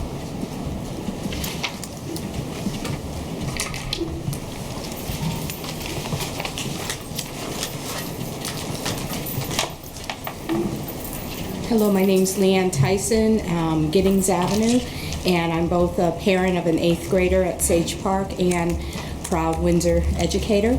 And one of the things that I really would like for us as a district, as a board, to look into and to bring forward to the state is the cell phone policy. I really believe that at the very foundation of a lot of the drama, the social issues, the bullying, is the use of social media and cell phones. These kids are using their cell phones at school. They're Snapchatting. They are videoing during school time. I have seen videos that my daughter has shared with me. She is a child who, thanks to Clover Street School, has not had screens since 1st grade during the week. So she catches up on the weekends. And, you know, frankly, my 8th grade daughter should not know, outside of science class or health class, what male body parts look like. But the kids aren't. They are videotaping, they are sharing things, and the drama and the bullying is a huge piece. 13 and 12 and 11-year-olds do not have jobs to buy cell phones or data plans or things such as that. We, as community people, are purchasing these items for our children, and they are not mature enough to use them properly. France is now banning the use of cell phones for children 15 years and under in their public schools. We can do it too. Any questions for the speaker? I saw Mr. Dobler first and then Mr. Ellavelle, in that order. Quick question for you in regards to cell phones, and I agree that I think it is a problem. Would your personal opinion, would you be against, say, a child having a basic flip phone that doesn't have, say, a data plan? Just trying to get a better understanding. My basic thing, you know, I've been a teacher for a number of years. I've entrusted Windsor Public Schools. I graduated, class of '82, the party crew, but you know, I've entrusted my child from preschool at First Church to now in 8th grade. If I need my child during the school day, I contact the school. There is no reason that a child really needs that kind of outside communication. I know that after 9/11, where, you know, things occurred that school day, I was right at Windsor High School when that occurred. And so I know that parents have a heightened sense of urgency now, and, you know, we do have a very definite or different idea of, you know, being away from our kids for 6 hours a day and not knowing where they are and what have you. But no, I really think when a child leaves home, have your plan for the day, go to school, come home, do whatever. I mean, my daughter does not, or she better not, does not have her cell phone during the school week. So, you know, it's just something and I know that our hands as a district are tied because of state policies and state laws, et cetera, et cetera. I just think that maybe as a grassroots type of a project, maybe that is something that we need to bring to the attention of the state legislature. This is not a Windsor Public Schools issue. This is a statewide issue. Every community is dealing with this. Every single community. What happens on the weekend gets carried into school on Monday, and it just continues. Once upon a time, you had to work really hard to be an efficient bully. Now, it's very easy. You know, I graduated in '82. You had to really, really take a lot of effort to be a jerk. Today, just with a couple of, you know, clicks, someone's entire really bad experience at Friday night's party is fodder for the entire school to know about and all. So I just really would like for us, and it would make my life easier as a teacher, but I really would like for us as a district, you know, as a community member, as a parent, to look into that issue, the issue of cell phones and social media. I know that we use things like Go Guardian in schools and in the classrooms to monitor what children are doing, you know, when they're online during academic instruction and all. But I'm telling you, they are using social media in school. Okay. So. Mr. Delano? Thank you, President Lockhart. If I may, my ignorance is going to show.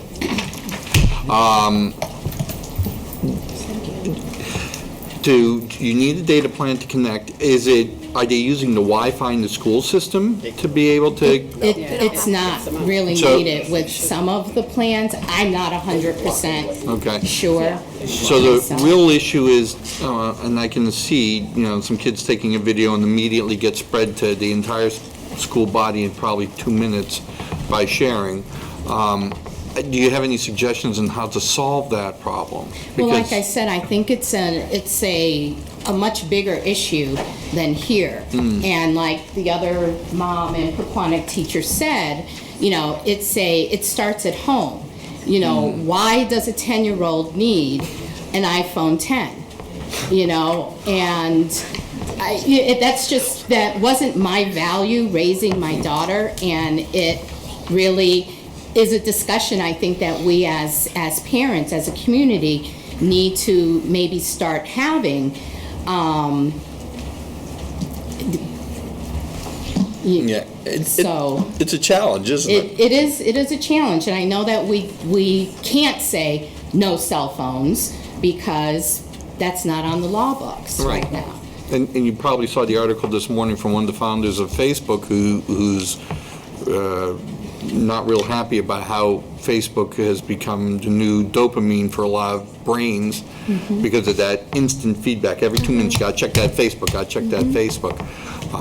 I don't really do Facebook, so I don't need to check it every 2 minutes, but I got a daughter, 20 years old, you take that phone away, in 10 minutes she starts going, it's like withdrawal. So I appreciate the problem. I think we would all be at a little bit of a loss in trying to figure out how to solve it, since you can control it to a degree, I would hope, in the schools, but once the bell rings, it becomes very difficult. And I agree that there should be a policy with limiting, actually there shouldn't be maybe any cell phones with kids in school. Well, that's a state thing, that isn't only our policy and all. Yep. It's a state, we can't override what they've told us we can or can't do. And thank you for bringing this to our attention. Yeah, to the heart of why she's probably saying this is because our Wi-Fi will block you from all social media through we're 1-for-1. So you can't use social media on your unit. So the only way they can do it is through their cell phones. And if everyone's got a cell phone, then, so what you're bringing up is a very valid thing that, we should take as an action item to consider at a future date. So it's well received. Mr. Boss. Yeah, and I just want to take a minute to thank you and to agree with you. You brought up a couple issues, the things that might happen on the Friday night party outside of school. I'm not going to touch that one right now. But what happens in the classroom, and I don't know how prevalent it is that students are using those devices, but it's just like driving and using your phone. You can't do two things at once. I know, rewind time a few years, I have dinners still with my parents every week or two, and my dad used to yell at me. I would send one quick message, I'd be on the phone for like 10 seconds, I'd get yelled at. Now, it's different. I put my phone away before I even go to my parents for dinner. My dad's on his cell phone now. I'm telling you, I'm like, Dad, you see somewhere else. I don't know what he's doing or playing. But the truth is, if a student's using their cell phone even for a minute, they're not focusing on what you as a teacher has to say. They can't do both. So, again, I wish I knew what our policy, if we have one, says offhand. I don't, but I agree with what Mr. Lockhart said. And we get more feedback, if this is a problem, we have to deal with it because students can't do both. They can't be on their cell phone and learn at the same time. It's just not going to happen. So thank you. Good. Mr. Fury? Just one comment. Michette Black-Burke and I went to the high school and met with Mr. Sunday, also got a tour. Mr. Bag and Tag himself. Of the school. And there were a couple of students who had their phones out immediately. When he noticed them, he admonished them for that. But in general, I think the policy there is you're allowed to use it during only certain periods of time. You can use your phone during passing periods, though you can't do much during the 6 to 10 minutes, whatever it is you get. And you can use it at lunch. And one thing he said at lunch, because kids have been deprived for a couple of hours of using their phones, it's quieted the lunchroom. So it's not quite as difficult there to control the cafeteria. But thank you for your comments. Thank you. Do you have a comment? Yeah. I just wanted to say thank you. It's nice to see you. Hi, Michaela. Hello. I was her homeroom teacher. Yeah. So I just wanted to thank you. I'm like a parent who no screen time, and it's really challenging as a parent to kind of uphold those types of limitations when your child comes home from school and asks constantly, not constantly because he knows the rules now, but there's this consistency in, well, when am I going to get a device? When am I going to get a cell phone? When can I do this? When can I do that? And it makes it really difficult. I would also ask that we look at cell phone use on the bus, which is also a context where our students are also engaging in cell phone use. So you're nodding your head, would that be fair? Definitely. Okay, so thank you for the work that you're doing though to raise this issue. Thank you very much. Anyone else? Yes, ma'am. I just really wanted to say thank you because I'm sorry, for the record, name? Robin Ross, 113 Preston Street, Windsor, Connecticut. Thank you very much. And since my last coming to meeting, which was not for a very good reason, I just want to say that everybody has been extremely supportive and reactive and And it's just been really great. I mean, you know, a lot of people have really been there to help my daughter. And my phone calls are immediately taken or returned, and I even get phone calls from the school. So I think that the conversation has started, and I think that it's definitely moving in a right direction. So maybe we have come to the top of the mountain and we're on our way down, which would be really nice. Also, I attended a parent-teacher conference at Sage Park that was actually run by my child, and that was a new experience for me, and it was a really good one. So I would definitely recommend that that be something that be continued, and maybe even looked at bringing it to the other schools. So, thank you. All right, before you leave, any questions or comments for the speaker? Seeing it. I just want to say thank you. I really appreciate the follow-up. So you come to one meeting, right? You share this experience, and now you're coming back to others as well, coming back and sharing the responsiveness, right? So that's what we hope, I think, as a board is happening when community members do come out and families do come out and share these concerns and make requests. So I just wanted to thank the administration for really demonstrating that value and putting forth that action. So yeah, so thank you for sharing. Yeah. Thank you very much. Thank you. There's a lady in the back that's been trying to make her way. So, hello. Before anyone got in front of her. Okay. Hello. Hello. My name is Stephanie Famiano. I live on Mountain Road, born and raised in Windsor, kindergarten to senior year. This is my first meeting, so I'm just going to ask. I have a two-parter. Can I address two things? Yeah. Okay, so we're on the topic of bullying. And I don't like necessarily a reactive method when it comes to bullying. And I'm just wondering, is there, we're working on building a proactive method here. But what other than tell the teacher do we tell the children to do when they're engaged in some kind of situation when they're being bullied? And do we have any types of sessions or classes in place where we help the children build up a sense of self-confidence, and how can we use that to our benefit? Do the kids get into role playing? I'm going to bully you. You tell me how to react, and also what type of report goes home to the parents of the child being accused of the bullying. I've never been on that side of it. Maybe I should be, and I'm just not being told. I don't know. My child recently, he had a pair of headphones smashed and broken into pieces, and I was made aware of the situation. I think the teacher handled it very well as far as what I could see, but I really don't know what actions were taking place with the other parent. The second part is... Before you proceed, okay. Allow me to address. Dr. Cook, would you like to address that, or just take it as...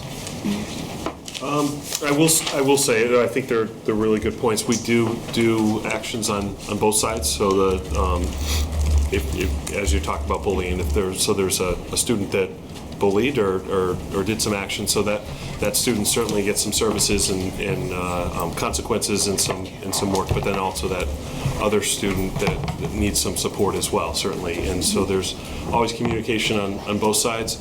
What you share is one of the hardest things we deal with, in terms of we cannot share with the family reporting or the student reporting what happens with the other student due to confidentiality rules. And But is that happening? Yes, and so what a conversation should happen with you is that assurances that we have followed up, that we have investigated, we've taken action, and many times when I have those conversations with families, the discipline policy, and I'll say, if you take a look at our discipline policy, it will spell out kind of the range of consequences a student may receive. So that's something we share. Without going into a specific situation, I'm able to say, if this were to happen, this is how the policy is adopted. So I think those were good, and I think we're constantly talking to students, working with students to try and build the self-confidence. I think if I reflect on the JFK video that was shared, it shows a role play between people and how they handle situations and how not to react and how to handle those situations. And I know certainly at the younger grades we do a lot of that, but those are good suggestions for us to think about some more. Before we proceed, did he answer your questions? Yes. Okay, then we'll proceed with your second point. Okay. I think a couple people in the room got a little fired up during the part where the gentleman was up here talking about outsourcing the custodial staff. And I would just caution against that. I work in an office. We have an outsourced custodial staff. The turnover is extremely high. We don't know where these people really came from, what their background is. Background checking costs a lot of money. If the turnover is high, that's another cost. The supplementing parents idea, I think, is a great idea if it works, but I don't necessarily see it working. I mean, are they on a volunteer basis? Do they take home gift cards? I mean, I don't know what the incentive would be. Someone would have to manage a schedule for these volunteer parents. That person probably wouldn't do it on a volunteer basis. It's another charge that's incurred. Most parents are not just parents to one child and might have a baby at home. Do they strap that baby on their back and come in and mop the floor? I mean, and even the folks that, it was suggested that a parent open and close the gym door for the event that's happening tonight, I think at Pequannock. I would want that person background checked. If there's a situation where a parent is coming into the school unsupervised for an extended period of time, I would not want that person. I mean, it's one thing to, have a parent in the classroom with a teacher for an hour or two, but for long periods of time, I would caution against that. So that's my piece. Any questions for the speaker? Ms. Fissel? Here goes. He has eyes in the back of his head, I think. No, we already know. So we do have a policy about this, and so I think you raised a really good point, is that volunteers, if they are alone with students, do have a background check. So that does raise a really good point. And then when they're in the classroom, there's like a less stringent, right, process. The turnover, absolutely. I think you raised a really good point there. And I just want to thank you for being so thoughtful in your response to his points, because it does give us a chance to kind of consider how we will take that up as a conversation. I wanted to, so you had a question about what other than tell the teacher message are we giving to students when they're in a bullying situation. I think that was a really good point to raise, and I was just wondering if Dr. Cook, you could respond directly to that. Yeah, I think where I was addressing that was our work within the classroom with all students, but we have other supports in the building, so we talk to students about report something to any adult. And so even our custodians who are coming up tonight, and I will say, just an aside, the board has had that discussion in due diligence before and has never gone to for previous boards, has never gone beyond that discussion phase of contracting out custodians. I, for one, wouldn't support it, but that's ultimately, it could be a board decision, but I don't want people to leave tonight thinking that that's a concern or major concern, but certainly that something like that, there's a lot of discussion that has to happen first. But I think we talk about any adult and other student. We have frequently students report other students, situations or something that's happened, and so I think our students are very, very good about that. So there, I think we're constantly working on that, and that's just something we can certainly investigate further. Any other questions for the speaker? Mr. Bosch? I don't have any questions. I have a couple comments. The first comment is really kind of a little bit of an admonition. I don't have to get the word right, but to admonish the crowd a little bit. That one speaker, I disagreed with the idea of custodians. I think you presented it well. At the same time, I know a lot of us had the hair on our necks standing up because we disagreed with it pretty passionately. But one of the things as a community and as we listen is everyone has different ideas, and we can't tear down ideas before someone even voices them. They don't have all the background knowledge. I appreciate all the ideas, and I think all of us should hear those ideas too. They're not all, after you hear them out and hear both sides. They're not all good ideas, but everything is really good to voice. So a lot of us disagree for different reasons, but I'm thankful that people are bringing these forward. And on the other point, on bullying, one group that hasn't been mentioned, there's really 3 groups. I think another speaker, it's no longer here, mentioned the person being bullied and then the person doing the bullying. There's a 3rd group of everybody that's witnessing that. So if Miss Fissel's bullying me and you guys all see that, I mean, you guys are the largest group of people. We're 2 people, but if nothing happens, this hurts everybody. It hurts you. And part of the conversation, I don't have any of the answers right now. I'm hoping we carry this forward. But why are other students, other people that may see it, not advocating for those being bullied? So to me, that's part of the problem. Why don't we have a climate where, people's sons or daughters, if they're not advocating for themselves, it should be a climate where other people are advocating for them. So I do want to just kind of highlight there is that 3rd group, and that might be the largest of the groups, not the bully or the bullied, but the witnesses. And, whatever we want to call that 3rd group, those students are affected too. The person doing the bullying is affected. I mean, if it's not addressed and people don't see it addressed, everybody's getting the wrong message. So I want to take this forward. I don't have any answers right now, hoping collectively we get there. But there is that other group that's just as impacted. So thank you for everything you said coming up here. Thank you very much. Anyone else?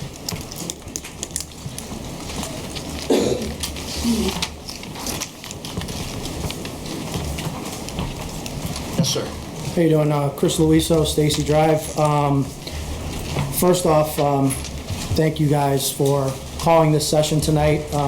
It's a great follow-up to the conversation that was started back in November. Before I get into my portion, I've been a Windsor resident the better part of the last 30 years. I did not have the pleasure of going to elementary school here in Windsor, but getting to, I believe it was Mr. Castorino's point, I understand he may have some good intentions about fiscal responsibility. I think he lost the room when he made the comments about custodians. My wife works at Pequannock Elementary, Tracy Peterson School. Mr. White there, I'll go on the record as saying this is a phenomenal human being. I haven't had the pleasure of being around him that often, but when I have, he's been nothing but respectful. That man is an authority figure. He is a role model, an example of what hard work is to a lot of kids in that school who do not have that example at home. So I don't know when he's planning on retiring. But there should be some sort of recognition. I'll go on the record right now. There should be some sort of recognition for that man. I have the utmost respect for him, and I know faculty and students do as well. Getting back to the last meeting, I think the last meeting was an eye-opener. I think it was an eye-opener for parents and students, those who may not have realized how many other people were experiencing those type of issues with bullying. And I think it was an eye-opener for the board and for administrators of these schools. I think it was an eye-opener that parents and students, we've had enough of it. I know it's not an isolated incident here in Windsor. It's not a state level. It's a national, it's an epidemic throughout the country. I think we are bigger than that. I don't think we need to say, well, this is what's happening in other areas. It's okay. It's not okay. It's not okay in our town. And I appreciate the fact that the parents and everyone else who's come in tonight to speak up on behalf of that. I'm happy to see representation from the teachers speaking up. I know I mentioned last time, it's not just about the students.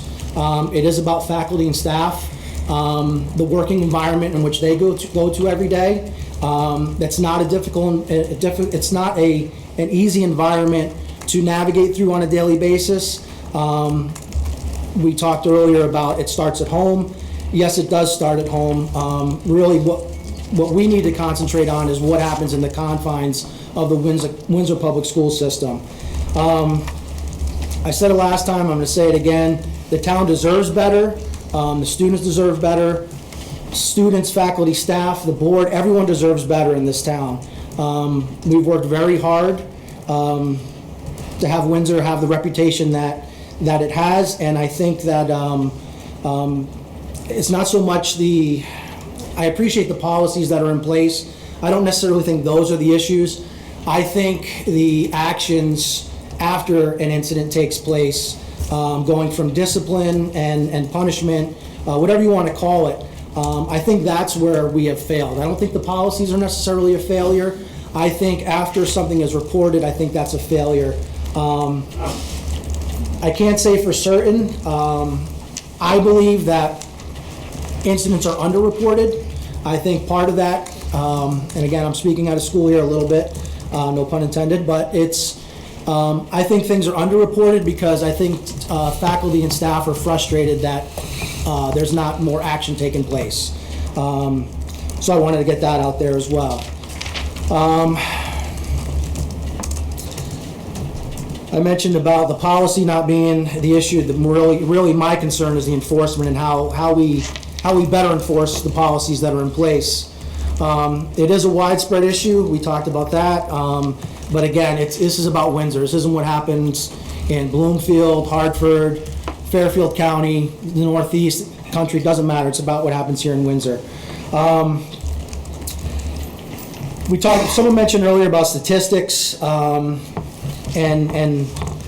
what's being reported and how we track what's going on in our school system. I will say I like the idea of having an outlet for parents and students to submit an email or some type of informative, questionnaire, whatever the case may be, a phone call. I like that idea, but the statistics are only going to be as good as what's put in. So if we don't have people taking advantage of the policies and the courses of action that are in place, I don't think it's going to really get us anywhere. So again, I appreciate the board. I appreciate the families that are here, the faculty that took the time out tonight to come in. It's a hard job. Us as parents, we know that. We do appreciate. I will echo. I believe that the people in this room are underpaid. They work hard, and what happens from 8 to 3 or whenever the school day is, it sticks with these people longer than that. We need to help them out as well, not just our students. We need to help out our faculty and our administration as well. So that's what I have to say. Any questions for the speaker?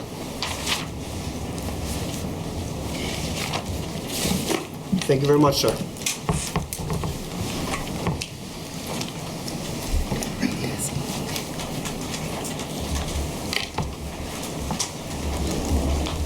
Good evening.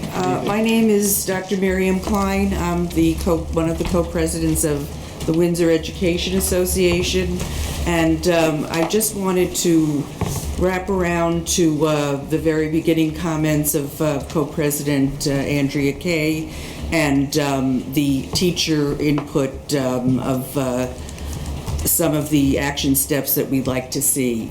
So I really do appreciate all the support that I'm hearing for teachers in this room and for community in this room and for parents. And that is actually, when we heard from our members, what we wanted to start. We're not looking to start a revolution. We just want to start a movement. We wanted to identify a call to action so that we could make things better. I've been employed in Windsor for 15 years, and I will say that it is very different from when I started 15 years ago. But I know that if we put our collective heads together, we can fix this. So getting back to the original statement from Andrea, let's try to go forward together with all the stakeholders in this room. Form a task force and gather research and have questionnaires and speak to the children, speak to the teachers, speak to the administrators, speak to the parents. It's really ironic to me because one of the buckets that we have in Windsor Public Schools is, or one of the main objectives is the multi-tiered system of supports, which I actually work in. That's the majority of my work in the district.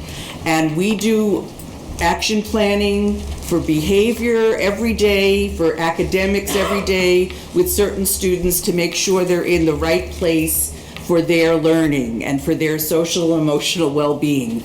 We can do this for the district. We can tackle this problem right now through that kind of call to action. So I'm very encouraged by the turnout tonight, and I look forward to having further conversations.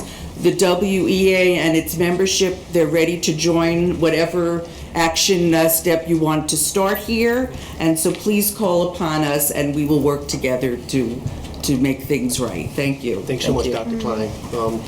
Any questions for the speaker?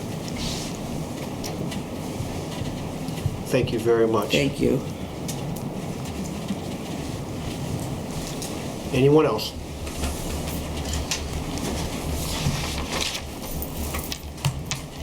Good evening, everyone. I'm Jill Michaud, and I'm Beechwood, where I live. I just want to also thank you all for listening to us at the last meeting. I truly believe that, you know, you did listen, and there are going to be actions taken. I personally, I was really impressed that I got a letter, and I'm going to make an appointment to speak with you guys. So I thought that follow-up, like you said, was really important. There are a few things I wanted to suggest. I know the cell phone thing and the social media, I agree. Like I talked about the last time, the suicide rates and the bullying and everything that happens along with the social media, the negative effects. But there is other options. So for instance, my daughters are 9 and 6, and I don't believe they should have cell phones, but they have new technology. I think you were alluding to that there's a watch they can wear, Gizmo Gadget, which it tracks them, and it only lets them call 10 numbers or 3 numbers, depending on what they get. And as a parent, I control who they're going to be able to contact. And I know, and I appreciate that in school, they shut it off, because I know it's a GPS tracker. I know where they are, they're in school, and then when they're outside of school, to turn it back on. My other issue that this brings up is the bus route situation. So for me, I've had a lot of problems where I'm trying to find daycare after school and before school, and it's not on a bus route, the daycare. So I literally couldn't, I was struggling, I couldn't find someone. I actually still don't have coverage starting next month on a Monday and a Friday, but I know I'm on the understanding you guys went to, or the town, this might even be you guys went to a group bus route, but I didn't know if there's anything else we could do, because I've had a lot of issues around that. But those are the main things. Again, thank you, and I appreciate that, we're being heard. Any questions for the speaker? I saw Ms. Blackburg first, and then afterwards, Mr. Bosch. And thank you for your comments. I just want to be clear. So for the daycare, the bus route will not transport the child to the location for their aftercare or their before care? So the situation is my daycare provider is Blaze's daycare, and she's having another child and will not be doing daycare anymore. I found another licensed daycare, and I had to find someone obviously in the district where my daughter goes. So that right there is a challenge, trying to find somebody on a bus route that's going to bring them to the proper school. I've reached out and put something on the Windsor board and got some suggestions, but this one place I was going to go to, the bus wasn't going to stop right in front of the daycare, even though it was a licensed daycare. It was going to be down farther, and my daughter, who's only 6, would have had to cross the street, and the daycare provider wouldn't be able to see my child. Okay. And that's my whole thing. I'm sorry, the world these days, it's scary out there. If I'm paying for somebody to watch my child to get them on and off the bus, I want them to be able to see them get on and off the bus. That's my point. Okay. Thank you for clarifying. Mr. Bosch, you're good? No, I was going to ask if the daycare provider was within the district, but that was answered. Thanks. Okay. Thank you very much. I think we have, anyone else wish to speak? Gone once? Gone twice? All right. At this point, I'm going to allow the board. It is 8:26. I wish to be done by 8:45. So I'm going to go like we do in the regular board meeting, starting with Ms. Blackburg. Any closing comments? Oh, I didn't realize it was going to be first, right? I'm still processing my thoughts. Okay. But again, thank you to everyone that took the time to come out tonight and to participate in the community forum. In thinking about it, and this is not to minimize what's happening here in town by any stretch, but I just have to reiterate one more time that this is something that across the country is an issue that school districts, towns, cities are dealing with. And it causes me to think about our culture and us as a people. What is happening that our students, our children, our little cherubs that we, brought into this world, they go out from us, they go to school. What is happening? What are we saying about our culture on a whole that's causing this to happen? And, parents, we are the first teacher, and always recognizing that there are other outside influences that can impact our children. And how do we try to negate that with what we do each and every day? I keep asking myself, what am I modeling when I'm in Geisers? What happens when I go to the rec center and something happens with another parent? What am I giving off to my children? What are they seeing me do that they're like, oh, well, that's how you navigate the world? And I'm being completely honest and transparent. These are conversations that I have with myself because I have children. So, just as a community, just being mindful of the culture that we have fostered. And then truly us as a community. Can we work with the rec center? Can we work with the recreation department? So it's not just a campaign that's taking place in the school, but something that is consistent throughout our town. So the same messaging that we have in regards to bullying and how we treat each other in a school, is that being translated to the other places that our students go to, the sports centers, all of that. So for me, that would be a recommendation I would love to share with my board members, is that let's work with the other entities in town so it's a consistent message. It's not just taking place in our schools, but it's a consistent message everywhere that children interface in this town. They need to be a part of that conversation so they can help us craft our message that we're not going to tolerate it. So it's not allowed on the basketball court. It's not allowed on the Little League field. And the last thing is that it's an ongoing conversation. It's an ongoing conversation. It can't just be this one community forum and then we leave it in the hands of the school district or the task force. But each and every one of us trying to model that each and every day with our children. And again, thank you for coming out. Thank you very much. Mr. Lavelle. Thank you, sir. First, I want to thank all the parents and interested parties that came out to speak this evening. I think it's important to hear from you. I think it's a wonderful thing when you have a gentleman who's willing to come up and make comments that some people don't agree with. Mm-hmm. And you know something? This is America, and he has every right to say anything he wants. You just don't have to agree with it, and you don't need, I was a little disheartened when I heard people making comments in the back. It bothers me. If I don't agree with someone, I don't need to verbally accost them while they're talking. It's not respectful, and it's more disrespectful to yourself. And hopefully children aren't watching this and picked up that kind of behavior, because that helps them to create more issues with bullying. I think on the bullying topic, it is an ongoing issue. It is a national issue. It's been written about multiple times in multiple locations. It doesn't just affect Windsor, as I mentioned last time. I think we've got a good start on finding some positive solutions. Interestingly, Ms. Tyson brought up the issue of cell phones. I thank you for that. Something I had not even really considered as being a potential problem. And I think that it's rather interesting that there was a conversation this morning by one of the founders of Facebook having a discussion on what Facebook has done to minds.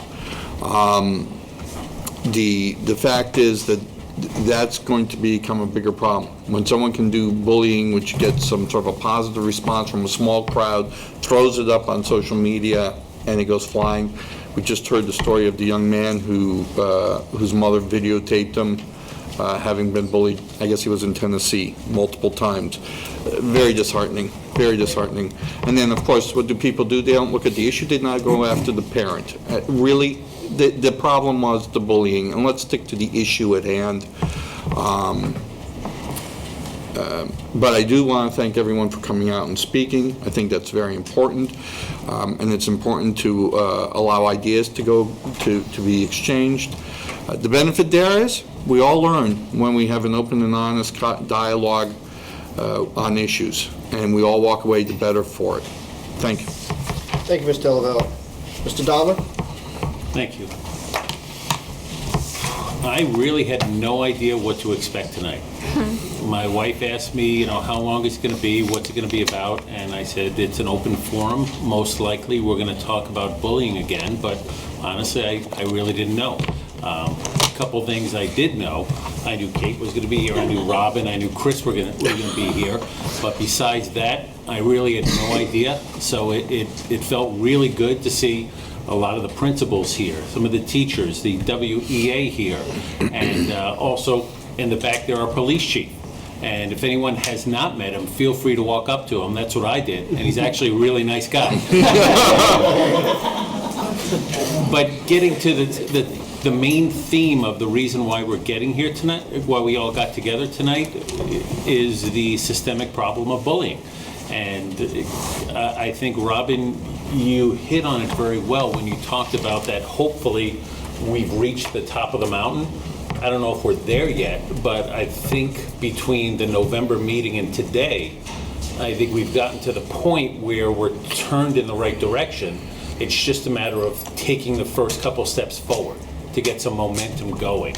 And I'm hoping that this is just another step in that path towards that way. And just to finish up, I think it's a matter of everyone getting involved, whether it's parents, teachers, administrative, the Board of Ed, and the community as a whole. Business owners also need to get involved. I think it's one of the challenges that we've spoken about at great length on the Board of Ed are the parents that don't get involved. I mean, I can just, whenever I try to go to any school function, you see the same parents there all the time. And that's great for those parents, but we need to figure out a way, whether it's the board or any suggestions of how to get the other parents that do not participate involved. Just from the last 2 years of just being more involved on the website, I found out so many different new programs that are available that I had no idea about, that I think more people would feel better about the school system if they just took that extra step. And like I said, our big challenge is how do we get those families involved? Because I think if we can get them involved, I think it makes the conversation a lot more robust and a lot easier to get from point A to point B. Thank you. Thank you very much, Mr. Gobler. Mr. Allen? Thank you. First, I just want to thank everyone for coming out tonight. I think we all learned a lot as a board, administration, as a community, about how we can best solve this issue of bullying. I definitely agree that having more forums like this is a great thing, and I look forward to more discussion with our community on this topic and also many other topics as we move forward. I also want to thank our teachers who are on the front lines every day, and definitely want to make sure that they have all the supports in place that they need as well. So thank you all. Appreciate it. Thank you, Mr. Allen. Mrs. Khan? Hey, I want to thank people for coming out today, those who spoke, those who just came to listen. I think some great ideas were brought forward. I'm sure you could see and hear us taking notes. And I think, some of the ideas, we can't think of, and teachers, administrators, we can't always think of these things on our own, and it's really helpful to get different ideas coming in. I agree that further conversation is needed, so I look forward to that. I want to bring up that, I think we're all advocates for students and for Windsor schools. So, we all have neighbors and friends and other parents in the community, and sometimes, if you know there's a forum or if you know something's happening around this topic, mentioning it to people is a big deal. If it's something that I see online, I might not want to come, but if I know that my neighbor or my daughter's friend or so-and-so is going, then I'm more likely to come forward. And that way we can hear multiple voices and multiple points of view. And sometimes if people can't come, you can also ask them for, is there anything you'd like me to say on your behalf? Because I've seen people do that. So, and lastly, this was something that was said by one of our speakers and some board members, but I think having empathy for us is also very important. So someone said something along the line of, there's parents that they might not be as involved, but sometimes it's because, they're working multiple jobs, so they're not aware of what's going on. So kind of modeling this empathy that I'm not going to judge this parent from where they're coming from, but I'm going to try to understand and try to help in whatever way I can. And maybe even that's explaining to my child that, okay, I know this person, but let's try to work out what can we do to help them too. Because if I model empathy, then I can expect for my child to model empathy. And if a teacher models empathy, they can expect for their students. So I think that's a big point that kind of came through today. So that's all I have to say, but thank you again for coming. Thank you, Mrs. Khan. Ms. Bosch? I'm going to close with two different comments and take it in a little bit of a different direction. But so many people that came to this microphone, one person said they were born and bred in Windsor, and how many people came up that have been in Windsor for a long time, went to school here, or maybe not born, but went K through graduation. I myself was here K through graduating high school, as were 3 other members of this board graduated high school here. I know a lot of you out there went to school here. And what actually really hurts me is if 20 years down the road, we don't have a community of people from this town that said, I love this town, I want to stay here.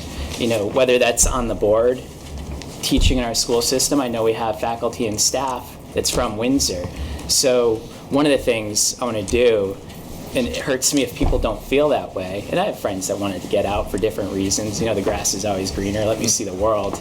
But this is a great town, and I want people to feel that way. I want them to have the same experience that you and I had, and stay connected. But my second thing is, and this is a beautiful thing, everybody that spoke, I didn't feel that anybody came up here with a spirit of, we're not going to work together and get this done. I think Dr. Klein said it, we'll work together. Everybody here trusts in each other. I could tell the community trusts in each other. And my 2 years on the board, this is going into my 3rd, I've never heard comments where people didn't trust the teachers, that didn't trust the staff. There's so much trust. And that's a really good thing, even trust in the board, trust in the superintendent. So even as we hear negative things, I know after the meeting last month, I've told different people, I'm like, well, one of the things, it's great. Like, people trust the teachers, people trust us. And that's how I know, and I'll say again, I don't have answers. I don't know exactly where we're going to be in the end, but I have trust, you have trust, and it's that trust that everyone has that really makes this community great, makes this forum great. So thanks for, everybody coming out, not just bringing your ideas and problems, but bringing your trust. Thank you, Mr. Bosch. Mr. Fury?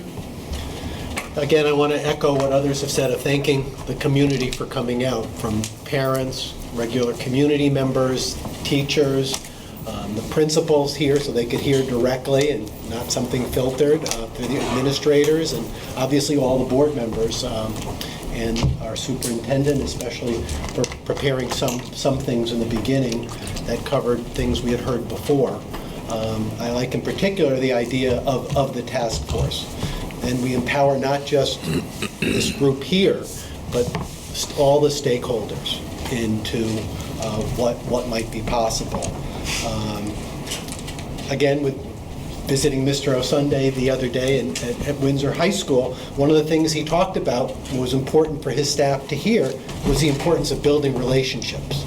getting to know not just the students whose parents will come out to PTSA or school governance committees, but getting to know the students, the importance of that. And it's very difficult at Sage Park in the high school where a teacher may have 120 students, but trying to instill in them, if we don't know where these students are coming from, we don't know their families, it's going to be hard for them to trust us, to know that we really want their children, their students to succeed. Because if we do have a better school climate, it's going to be so much easier for teachers, and we're going to hold the superintendent accountable for achievement, and it's not really fair if he's got one hand tied behind his back, and the teachers have a hand tied behind their back, and the principals as well. So I think the idea of real community effort and buy-in by our stakeholders is very important. I'd like to see from Mr. Sills the draft of the Family Community Partnership Guides. And again, people are so busy these days, at least most people do have computers, luckily, and can see these online, but these should be made available. And I like the ideas, too, of the comments that were made, too, about how, students can go to even a custodian. And hats off to Mr. White. He was there when my kids were there, and there's I'm very prejudiced towards Mr. White and what he does. We don't live far from the school, so sometimes I see him even on a weekend mowing the lawn or getting the school ready at the beginning of the school year. And to the comment about custodians, again, he is a role model for many students in that building, somebody they can look up to. So again, I don't want to belittle this, but thanks again for everybody coming out. Thank you, Mr. Furry. Ms. Sissel? Okay, thank you so much to everyone for coming out. It's really encouraging to hear from so many community members. And so I'm a qualitative researcher, so I really enjoyed hearing all of this because I was able to take really, really intensive notes. And so some themes that emerged that I just want to kind of reflect back, which I'm going to take into heart. And I think that our board members will also, it seems like everybody really listened and heard what you had to share. So the task force idea seems wonderful, right? And I think that President Lockhart will speak more to that. Having that stakeholder representation. Communication seems to be key.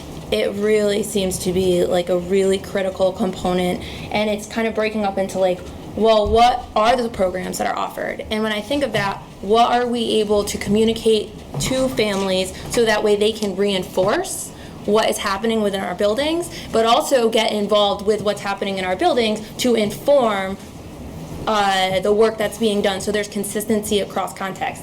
To your point, Ms. Blackburr, absolutely throughout the community, right? So it's the messaging. What is the messaging? And I love the idea of including students in that conversation because we're generationally irrelevant.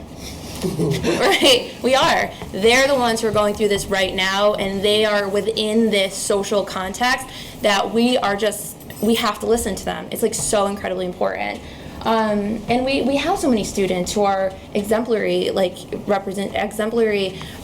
their ability to articulate their experiences and also get involved. We do a great job there. Also reaching out to those students who are struggling.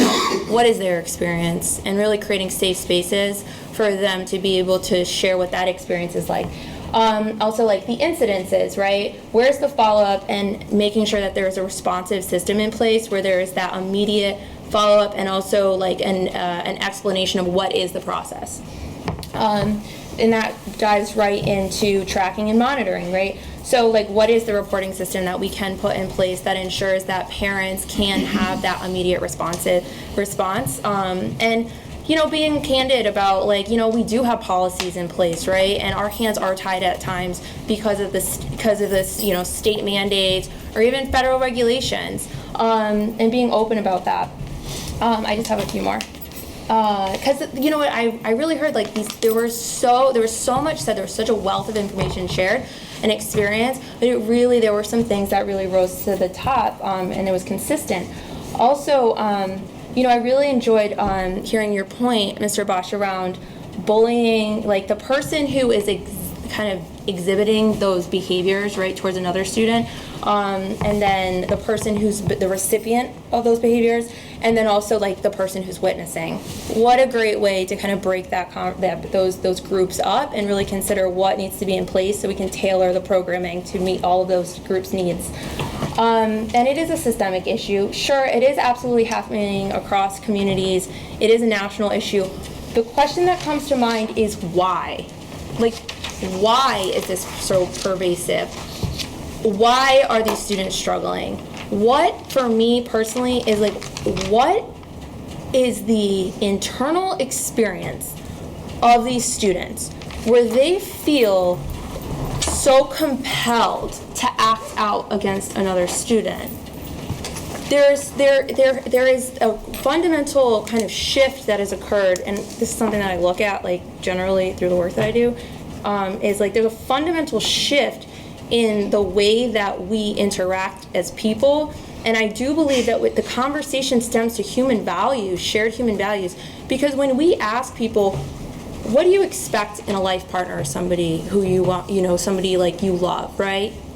The same responses are always shared. And they were shared tonight: respect, tolerance, trust, strong relationships, rapport, self-confidence, right? And like, how do kids see so many adults, or through the media or through their social media accounts, dealing with stress, right? We do know that we've had that talked about tonight. Everybody's under such a tremendous amount of stress. And so how do we see so many adults dealing with stress? It's like that's what they're being exposed to. And I'm not saying it's within the home necessarily. I'm not saying it's within the schools. I'm not saying it's like it's like important to that. And I think that conversation got to that, is that it's coming together to talk about like what is it that we have in common, and what are our expectations for how we are going to come together as a community and bring our children up, right? Raise them to this level where they can be, what is our mission? To be civic minded and, what is it? It's right there on the wall. Good citizens, right? Right? Because we are cultivating them to enter into this world and to be representatives of this community. So that's what I heard this evening. And so I just wanted to thank you for giving us such a wealth of information to be able to look back upon and bring us back to what it is that you're looking for. That was only 4 minutes. I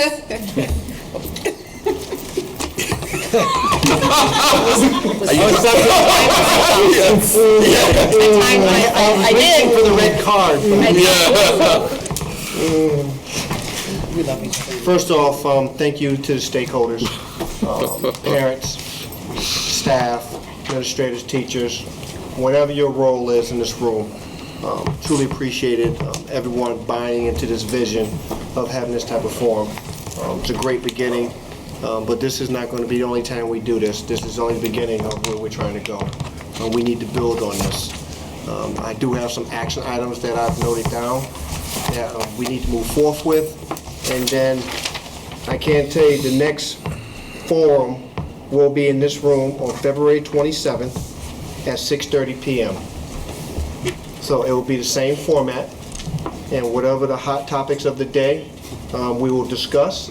I will ask Dr. Cook to present another 15-minute presentation about whatever the topic of the day is for that particular forum. If we do not have a hot topic of the day, I will allow Dr. Cook, through his administrative team, to pick something and present to the community to jumpstart the conversation.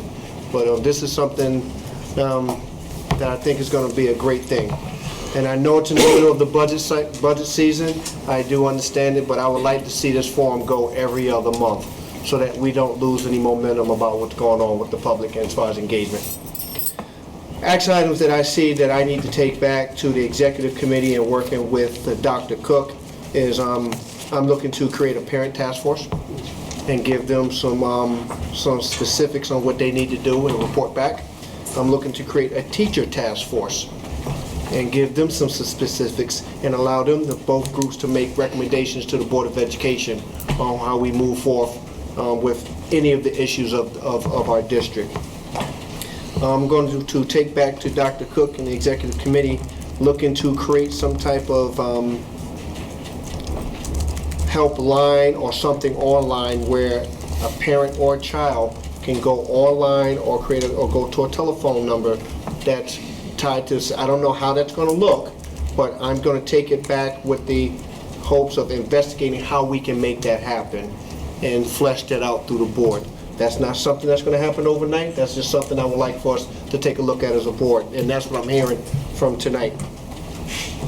The draft of the flow charts were asked to be placed online for public inspection for a period of a week or two until it's time to be for final release. I'm looking to go back with Dr. Cook on part of the cell phone ban to see if that's a possibility that we could possibly discuss in policy. And we need to work on constant messaging, no matter what the message is about, whether it's about bullying, whether it's about the positive things we're doing in the school, whether there's supports. We need to work on the constant messaging within Windsor Public Schools. And finally, I'm hearing across the board that people are struggling with the reporting of incidents and how that's managed.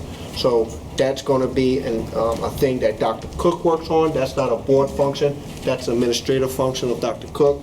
And I will pass that off to him and allow him to work with his administrative team and to report back to the board at a time that he is prepared to do so. Overall, those are my comments. I want to thank the board for buying into the vision of this community forum. It's pretty scary when it's something brand new and people, you don't know what they're coming at you with, but I kind of like that unexpected approach and to allow people to talk back and forth. So I think this is, we needed this, and I think we need more of this, but more importantly, I think we're showing that we do have support for our staff, and everybody wants to be part of the solution. With that being said, it is now 8:53, and I'm eager to entertain a motion to adjourn. There's such a motion. Motion to adjourn. Second. Motion made by Mr. Ellerville, second by Ms. Blackburn. Is there any discussion? Seeing and hearing none, all those in favor signify by saying aye. Aye. All opposed, the same. Abstentions. Motion carries 9-0-0. We are adjourned.